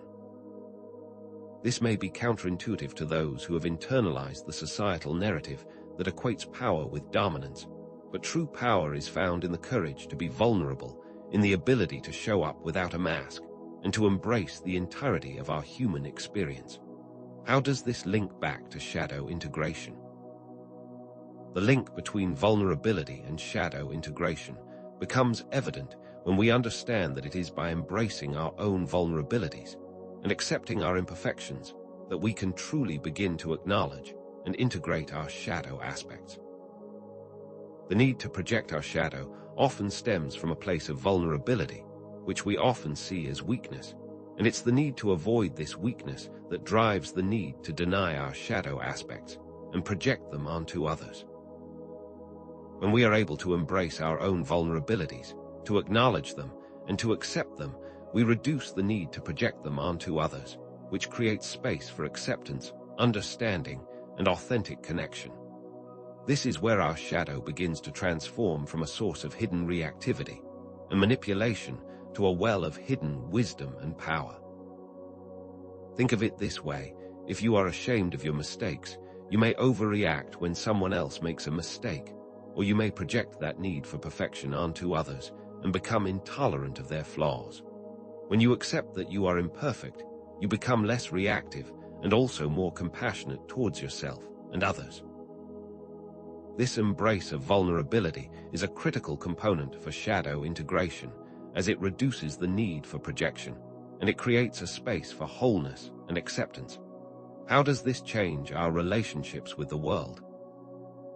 The transformative potential of vulnerability is immense, because when we show up authentically with both our strengths and our flaws, we not only create space for deeper connections and more meaningful relationships, but also model this behavior for others, who may then feel safe enough to do the same. In a culture that is often dominated by pretense and the pursuit of an idealized persona, the act of vulnerability becomes an act of rebellion and a powerful invitation for others to step into their own authenticity. Vulnerability has a ripple effect, where the more honest we are about our own limitations, the more it invites others to share theirs too. The manipulative and controlling dynamics of narcissism begin to dissolve when we are not afraid of showing our true selves, or by being open about our feelings and our fears, or by admitting our mistakes and our shortcomings without shame or fear of judgment. This authentic engagement creates a sense of safety and trust that is in direct contrast to the atmosphere of manipulation and control that often accompanies the narcissistic dynamic. When we step into the authenticity of our vulnerability, we also begin to dismantle the structures that are based on fear, power, and domination, and create space for a more conscious and compassionate world. What then is the action that we need to take from here?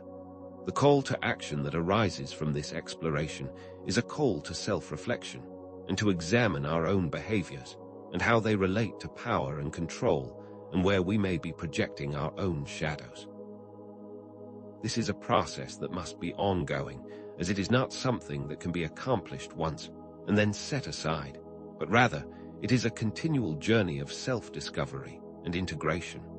We are all engaged in this process, and we are all capable of influencing the larger narrative by taking responsibility for our own inner worlds and our own behaviors.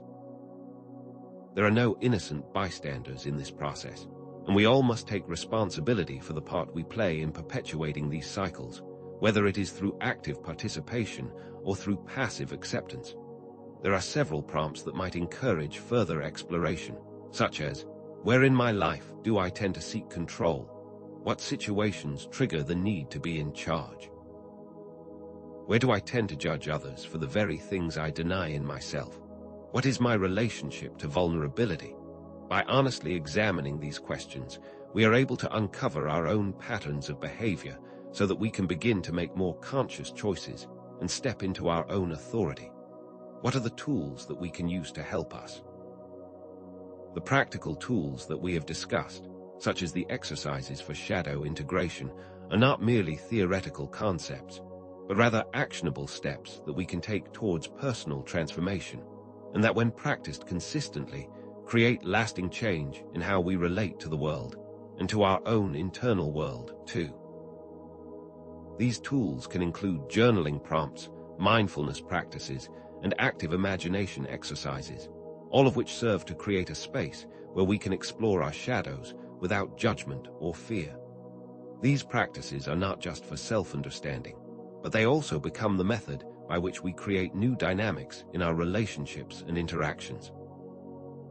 When we become aware of our triggers, we begin to recognize the moments that we are about to project our shadows, and that awareness allows us to make different choices, so we are no longer controlled by our unconscious reactions or the patterns of the past.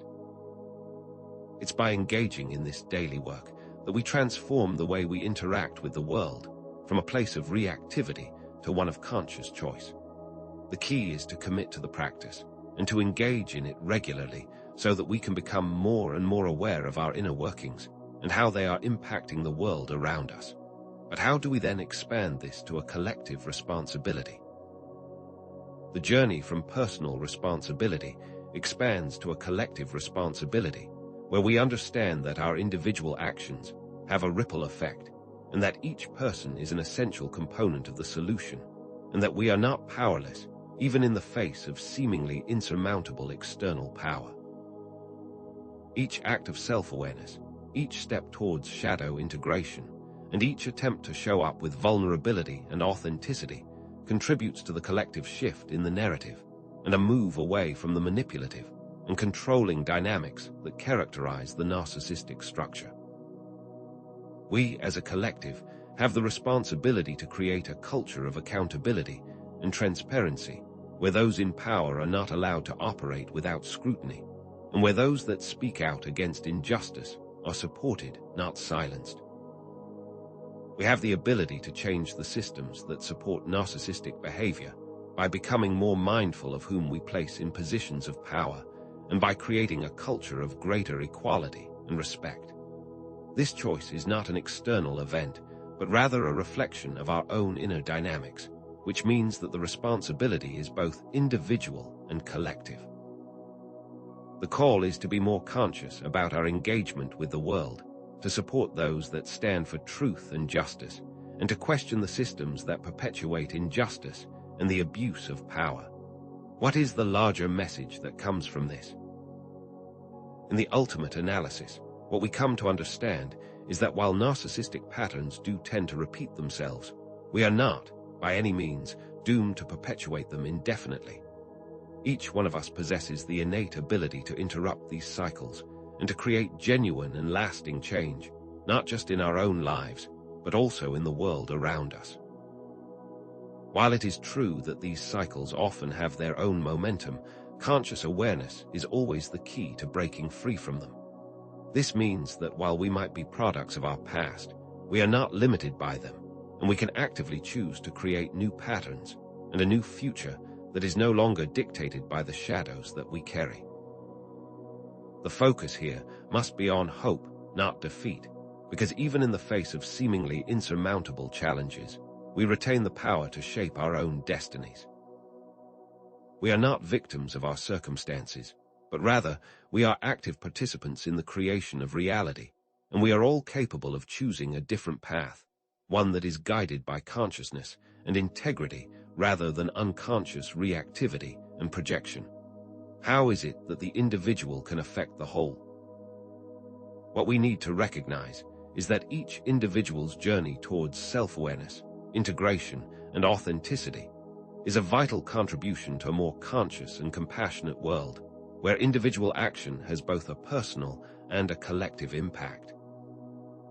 The choice to step into our authenticity, to embrace vulnerability, and to take responsibility for our own inner workings is an act of rebellion against the status quo, which has been marked by manipulation and control, and is also an act of hope for a more conscious and more equitable world.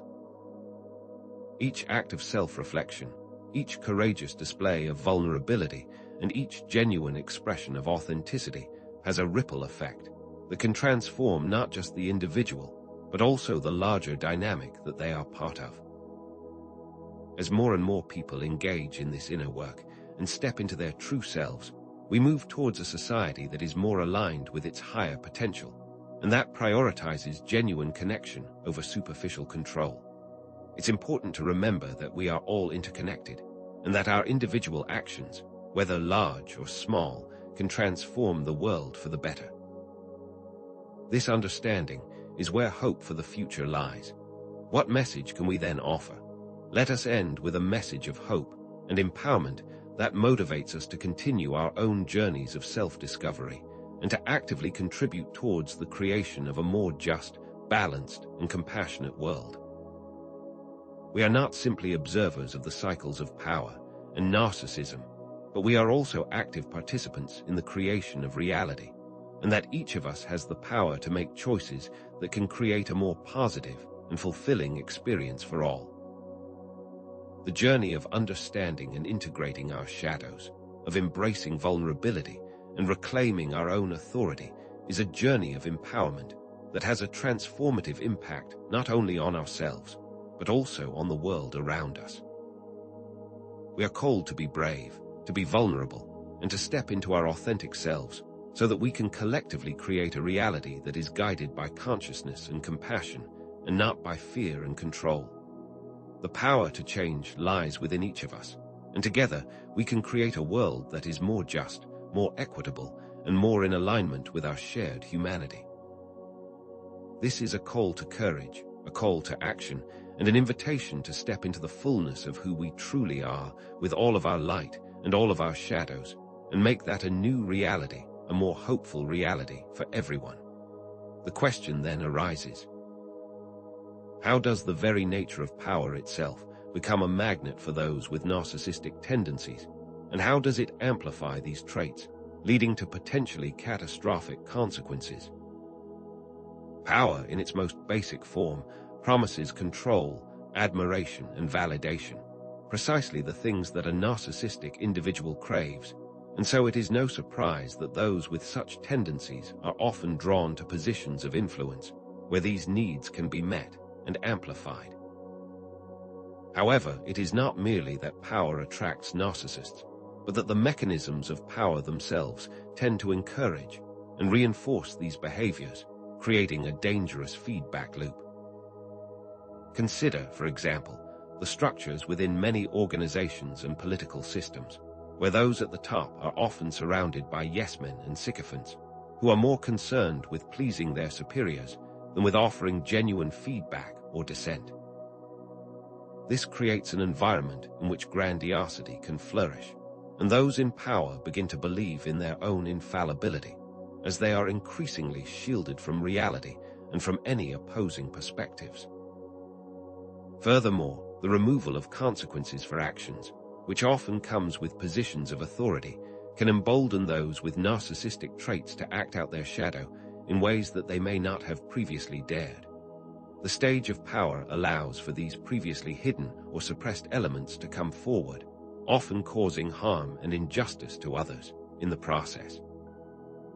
The corruption here is not just the corruption of the individual, but of the system itself, as it begins to reflect the distorted values and behaviors of those in charge, which further entrenches those behaviors and perpetuates them. We have observed, throughout history, countless instances where seemingly well-meaning individuals have been corrupted by the lure of power, demonstrating that this is not merely about personal pathology, but also about the dynamics of the systems themselves. How do these mechanisms then actively amplify these dangerous characteristics? The specific ways in which power amplifies narcissistic traits are both subtle and insidious, yet can be observed across different systems and cultures. One of the most common mechanisms is the creation of an environment where the narcissistic individual is constantly told how wonderful, important, and exceptional they are, which reinforces their inflated sense of self-importance. When those around you are constantly reinforcing your grandiosity without offering counter-perspectives, your sense of reality can become distorted, and you begin to believe in your own mythos. Another mechanism involves the isolation of those in power from dissenting views or challenging perspectives. By surrounding themselves with yes-men, those with narcissistic traits create an echo chamber where their own opinions are constantly reflected back to them, further solidifying their belief in their own infallibility. And this is often accompanied by the removal of consequences for their actions, which can create a sense of invulnerability and embolden the individual to act in increasingly reckless and damaging ways. Think, for example, of the corrupt political figures who engage in unethical behavior, or of CEOs who mistreat their employees with complete impunity, as there are no checks and balances to hold them accountable for their actions. It's through these very mechanisms that power becomes a tool for the amplification of shadow elements, transforming previously hidden vulnerabilities and insecurities into overt expressions of dominance and control, as the power allows the shadow to come forward without restraint. This reveals a pattern that is consistent throughout history and in contemporary society, and the pattern shows that power is a dangerous tool in the hands of those that are not ready to acknowledge the shadows within. How does this amplification then become an addictive cycle? The initial validation and admiration that comes with power can create an addictive cycle, where the individual constantly seeks more and more power in order to satisfy an internal void and to compensate for an inner lack that is not based in reality. The constant need for external validation can lead to a spiraling of self-aggrandizement, where the individual becomes increasingly detached from reality and increasingly reliant on the admiration of others, which is a substitute for the inner worth that they are unable to access. This is because the source of validation is always external, and therefore is never enough, and this endless cycle is often accompanied by a diminishing capacity for empathy, as the narcissistic individual becomes more and more focused on their own needs and their own desires. This dynamic is evident in many leaders, CEOs, and other high-profile figures who seem to crave ever greater levels of power and influence, even when they already possess an abundance of both. Their actions reveal that no amount of external validation will ever be enough, because it is not solving the inner problem, it is merely trying to cover it up, and the more they get, the more they seem to want, in an endless loop of external striving. Consider the example of a political leader who engages in constant campaigning, even after securing a powerful position, or of a business executive who prioritizes growth and profit over the well-being of their employees, always seeking more without ever feeling satisfied. This is a clear indication of a deeper psychological need for validation and the inability to find that within. How then do these patterns relate to the shadow? The unintegrated shadow plays a central role in this dynamic, because it is through the mechanism of projection that those in positions of power often externalize their own insecurities, their own vulnerabilities, and their own unacceptable impulses onto others, and use their positions of authority to blame others for their own shortcomings, or to use others as scapegoats for their own failures. And in so doing, perpetuate the cycles of abuse and injustice. This process of projection is often done unconsciously, as the individual is not aware of the shadow elements they are externalizing, and they are not aware of their own vulnerabilities and their own insecurities, as they remain unacknowledged and unintegrated, and are instead expressed outwardly. Think, for example, of a leader who accuses their opponents of corruption, while simultaneously engaging in corrupt practices themselves, or of a manager who blames their team for their own poor performance, refusing to accept any responsibility or accountability. This is a clear manifestation of a shadow projection, where the individual attributes to others what they are unable to acknowledge within themselves, which allows them to remain in denial about their own negative traits or their own inadequacies, and in doing so, they perpetuate the problem and avoid the need to look at what is truly going on inside of them. How does this relate to grandiosity?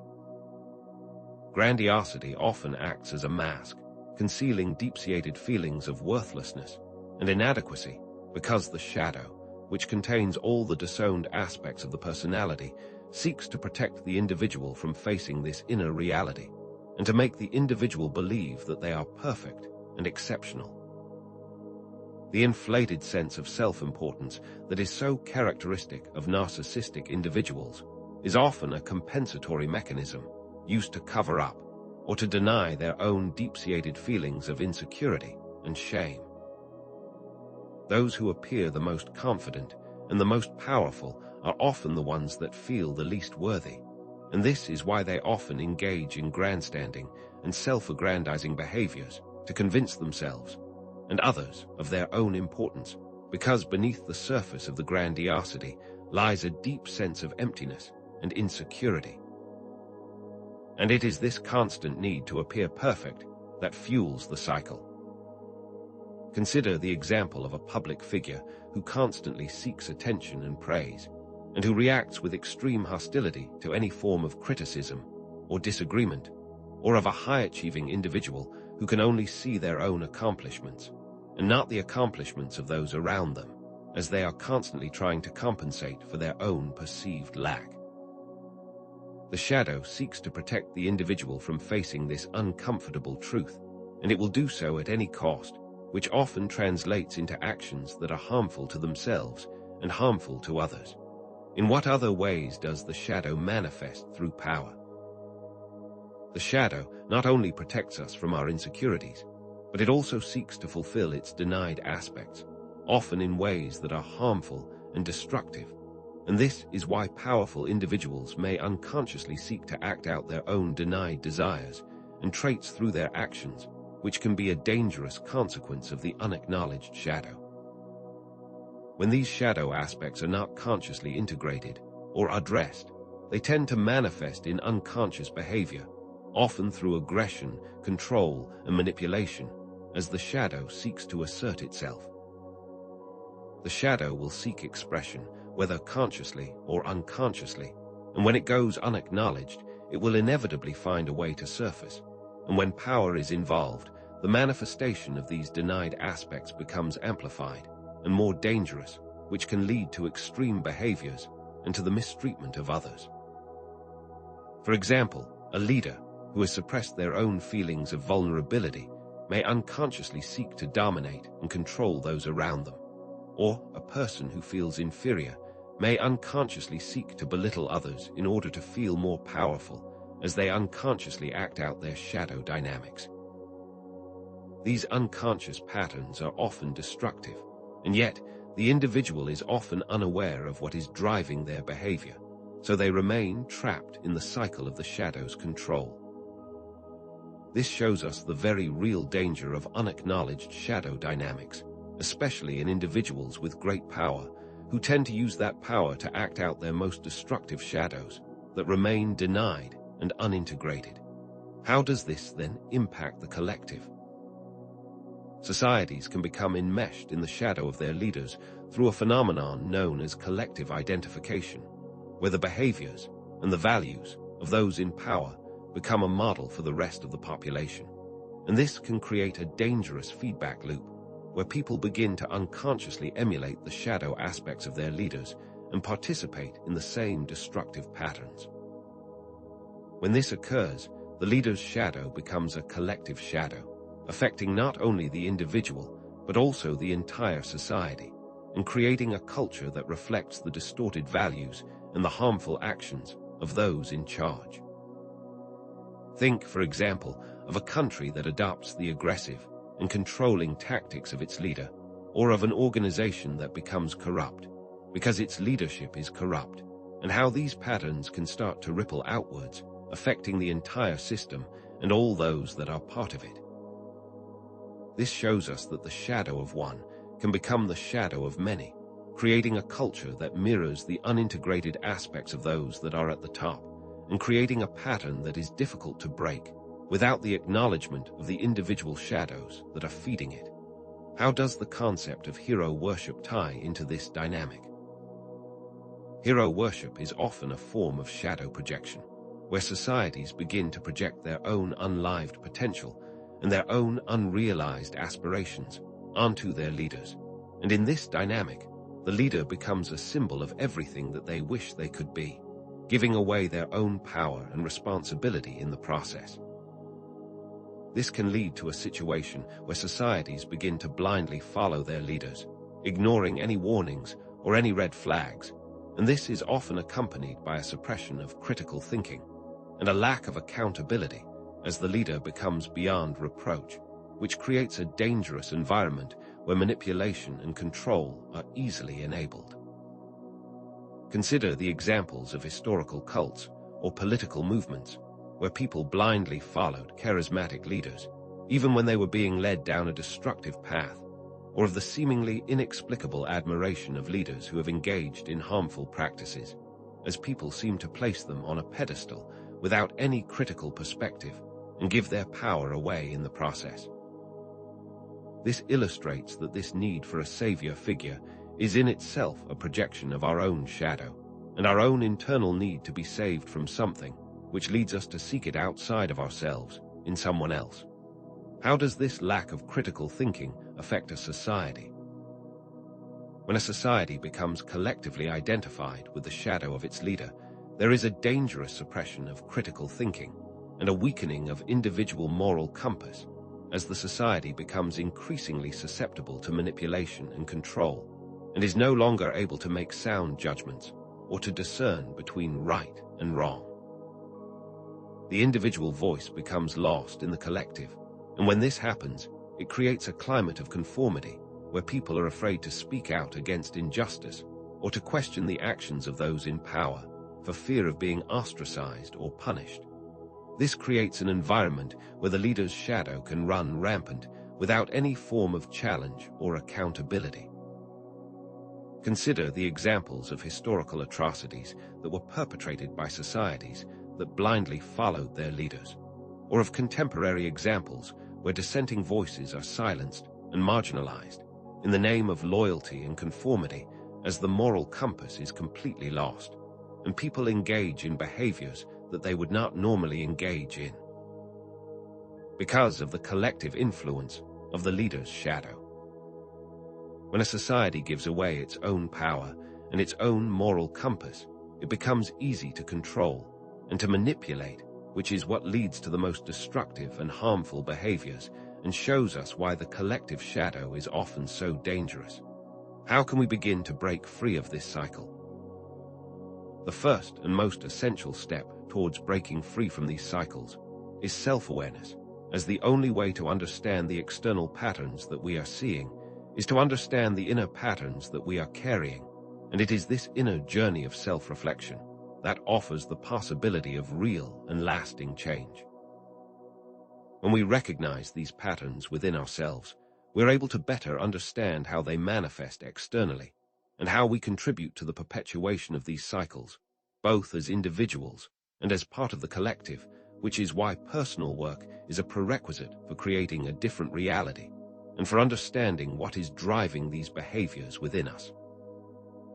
By taking responsibility for our own inner world, we also begin to understand how we might be participating in the collective shadow dynamics and how we can begin to create change from the inside out. The journey, then, is one of self-discovery and self-accountability, and it is one that is essential for creating a more conscious and compassionate world where we no longer unconsciously participate in patterns of control and domination. But what does this responsibility truly mean in a collective context? The concept of personal responsibility in the face of collective dynamics asks us to acknowledge that we are all part of the problem, and that none of us is exempt from the need for self-reflection and for the journey of shadow integration, because even if we are not directly participating in the harmful actions of those in power, we are all still part of the system. And we all share a responsibility to create change. We must examine where in our own lives we may be projecting our shadows, or where we may be unconsciously participating in patterns of control or manipulation, as it is through this self-awareness that we begin to break free from the cycles that have perpetuated this dynamic for far too long.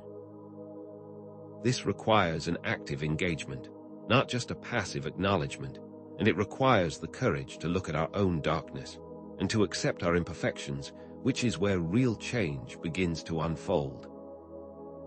It is not enough to simply blame others, as we must recognize that we all have a role to play in creating a more conscious and equitable world, and that begins with taking responsibility for the shadows that we carry. This, then, sets the stage for the final message of hope and empowerment that must come next. What, then, is that final message? The most powerful revelation we can arrive at after this journey is that the battle against narcissistic power does not begin out there, in the world, but within ourselves, in the acknowledgement and integration of our own shadow aspects related to power and control. This is where true change begins, in the courageous act of confronting our own inner landscape and accepting all that we find there, and only then can we truly break the cycles that perpetuate injustice and the abuse of power. The reason these cycles repeat themselves so consistently throughout history is because we have not faced our own inner shadows, and therefore we remain in unconscious participation of the very patterns that we so often condemn in others. This is the profound truth that we must accept in order to change, not just ourselves, but also the world around us, because external change comes as a result of that inner work. This revelation acts as the culmination of our entire exploration, connecting the personal journey to the larger societal issues that we have explored by showing how they are all interconnected. This is not a journey of blame or judgment, but one of radical self-acceptance and empowerment. Why is this inner work essential for breaking these cycles? The recurring patterns of projection, manipulation, and the addictive cycle of power are all manifestations of the unintegrated shadow, both individually and collectively, which is why these patterns are so consistent throughout history and across different cultures and contexts. These patterns act as mirrors, reflecting back to us all the parts of ourselves that we have disowned or denied. And by understanding how these patterns operate, we can also begin to recognize our own participation in them. The previous pattern recognition exercises that we have explored throughout this journey all relate back to the unintegrated shadow. Whether we are looking at the grandiose behaviors, the manipulative tactics, or the addictive pursuit of power, they all stem from the same source: a lack of awareness of our own darkness.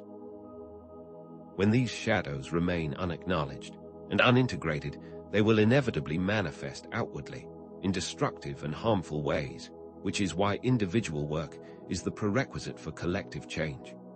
By taking responsibility for our own shadows, we're also taking responsibility for the larger systems of power and control, which allows us to step out of the cycle. What does this understanding reveal about the nature of our shared human experience? The core issue that we have been exploring throughout this entire journey is not about pathologizing individuals or simply labeling others, but about understanding the complex interplay between individual psychology, societal dynamics, and the unacknowledged shadows that we all carry, as this is the basis of the repeating patterns. By acknowledging our own participation in this, we can change both ourselves and the world, because we are not separate from the systems that we inhabit, and therefore our inner work is essential for external change. It is not about blame or about judging others, but about understanding how these patterns work and where we ourselves participate in them in order to see beyond the illusion of separation and realize that we are all interconnected, and what we do to others, we ultimately do to ourselves. This perspective shifts us from a victim mentality to one of responsibility as we start to see that we are all part of the same human story. How can we then transform our relationship to power? The shift from external blame to internal accountability, and from the desire for power to the acceptance of vulnerability, represents a radical transformation in our relationship to ourselves, to others, and to power. And this is the key to breaking the cycles that we have been exploring, because when we are no longer seeking validation or control from external sources, we can reclaim our own power and begin to engage with the world from a place of authenticity and integrity. This challenges the traditional understanding of power as something that is achieved through domination or control, and instead highlights the power of vulnerability as a means to create authentic connections and sustainable relationships. It is through embracing our own imperfections and accepting all parts of ourselves that we become truly powerful, and we begin to break the unconscious patterns that have shaped both ourselves and our world for so long. How does this understanding then relate to the broader social issues? This understanding of narcissistic power connects to broader issues of social injustice, political corruption, and the abuse of power in various institutions, demonstrating that these are not isolated incidents, but manifestations of the same underlying dynamics, and that understanding the roots of narcissistic behavior is crucial for creating a more just and equitable world. These issues are all interconnected and stem from the denial of the shadow, and therefore our inner work has an impact on the outer world. As we begin to change ourselves, we also begin to change the systems that we are a part of. The understanding that we have arrived at allows us to see these patterns of power, manipulation, and control in different areas of life, all of which are reflections of an unintegrated shadow, which empowers us to recognize these patterns wherever we see them. In what way do these patterns reveal a deeper meaning? The recurring patterns that we have explored throughout our journey represent the unintegrated shadow and a desperate attempt to gain control, both internally and externally. And it is only through conscious awareness and integration that we can truly break free from these destructive patterns and create more harmonious and balanced systems. These patterns are not unique to those in power, but exist within all of us, and that is why we can so easily recognize them, because the patterns mirror the inner landscape and reveal the underlying dynamics of the human condition. By making these patterns more visible, we can empower ourselves and others to recognize them in both ourselves and the world, and to step out of the unconscious participation that often perpetuates these cycles. This provides us with a framework for understanding the world and also our place within it. How does this awareness change our lives? Awareness allows for more conscious choices and more authentic relationships, and also allows for more effective forms of leadership. Because when we are no longer driven by the need for power and control, we can move away from the old paradigm and instead into a new paradigm of service and genuine connection. This shift is not just about understanding the dynamics, but also about embodying them in our daily interactions as we move from unconscious reactivity to conscious responsiveness, which allows us to create more sustainable and equitable systems. This understanding is not just theoretical, but practical, and offers a clear pathway for positive change in our own lives and also in the world around us. How does this journey transform our understanding of ourselves and others? The journey of self-reflection leads to a deeper understanding of not just ourselves, but also the motivations of those that we may have labeled as other. And when we accept our own vulnerabilities and embrace all aspects of ourselves, we can start to engage with others in a more compassionate way. This transformation occurs when we see that we are all part of the same story, and therefore we all share similar patterns, even if those patterns manifest in different ways, which allows us to recognize the humanity in others and move beyond the limitations of judgment and labels. This also creates a shift in the collective consciousness as we move from a place of separation to a place of connection, demonstrating that this journey is not just for ourselves, but for the benefit of all. How does all of this come together in the end? The initial questions that we posed in the introduction have all led us here, to the realization that narcissistic power is both an individual and a collective issue, which stems from the denial of the shadow, but that by integrating this, both individually and collectively, we can create real and lasting change in the world, and that this process is not just about understanding others, but also ourselves. The key to understanding these cycles lies in self-awareness and self-accountability, which allows us to see the patterns that play out externally as reflections of our own inner landscapes, and therefore gives us a starting point for creating change from the inside out. It is only by taking responsibility for our own shadows that we can begin to break free from the repeating cycles of power, domination, and control that have plagued humanity for far too long. How do these patterns tie into the examples of narcissistic leaders? The established archetypes and examples of narcissistic leaders that we have explored throughout our journey ultimately share the same patterns, driven by fear, insecurity, and a desire to control. And by understanding this pattern, we can also understand how these behaviors are present within ourselves, as all these examples fit together to create a powerful sense of pattern recognition. What may seem to be an individual phenomenon is in fact a collective one, which manifests differently depending on the contexts and the personalities. But the underlying drivers are the same, stemming from the unintegrated shadow and the fear of being vulnerable. This demonstrates how these examples illustrate the principles that we have discussed, and also highlights the universality of these patterns, by showing that the shadows that we carry inside us are reflected in the world around us. This also reveals why societies seem to be caught in a loop of repeating cycles of power.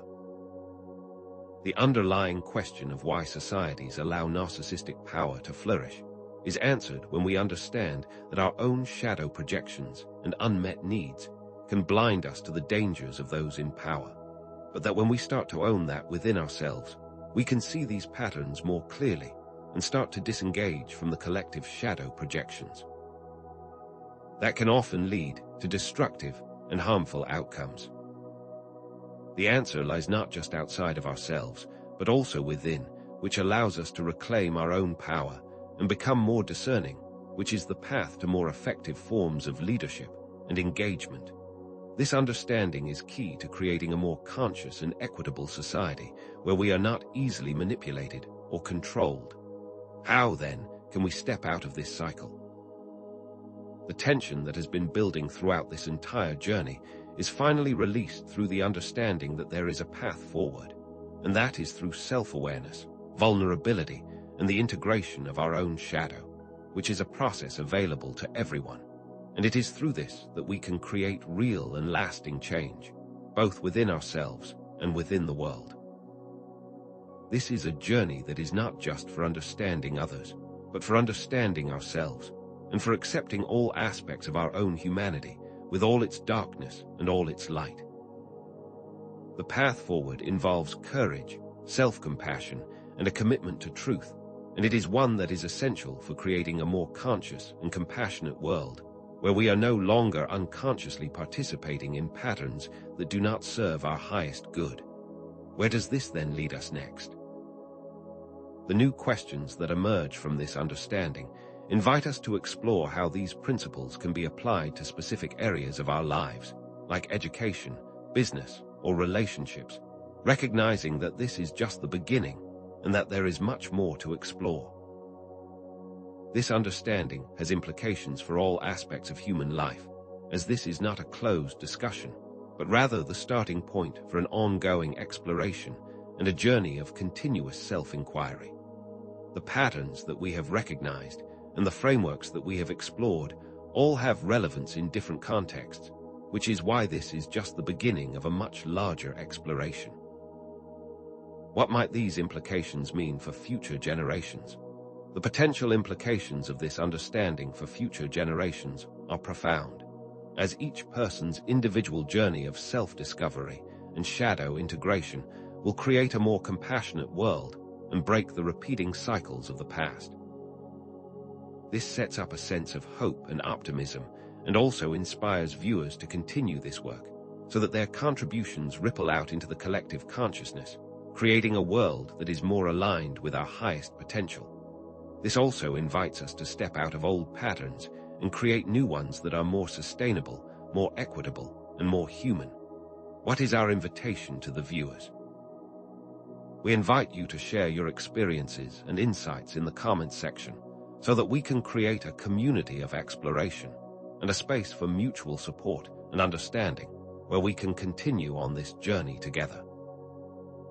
This is an active invitation to participate in a larger conversation where we can share our perspectives and our learnings and empower one another to continue on the path of self-discovery and collective change, which shows that you are not alone in this journey and that this is a shared exploration. What, then, is our final message? The journey of self-discovery is a continuous process, and we encourage you to continue exploring your own shadows, seeking guidance from trusted sources, and participating in creating a more conscious world, as this is the path to a better future and a life that is more in alignment with our true potential. This is a call to action and an invitation to a lifelong practice, because the more we understand ourselves, the more we understand the world, and the more empowered we become to create lasting, positive change.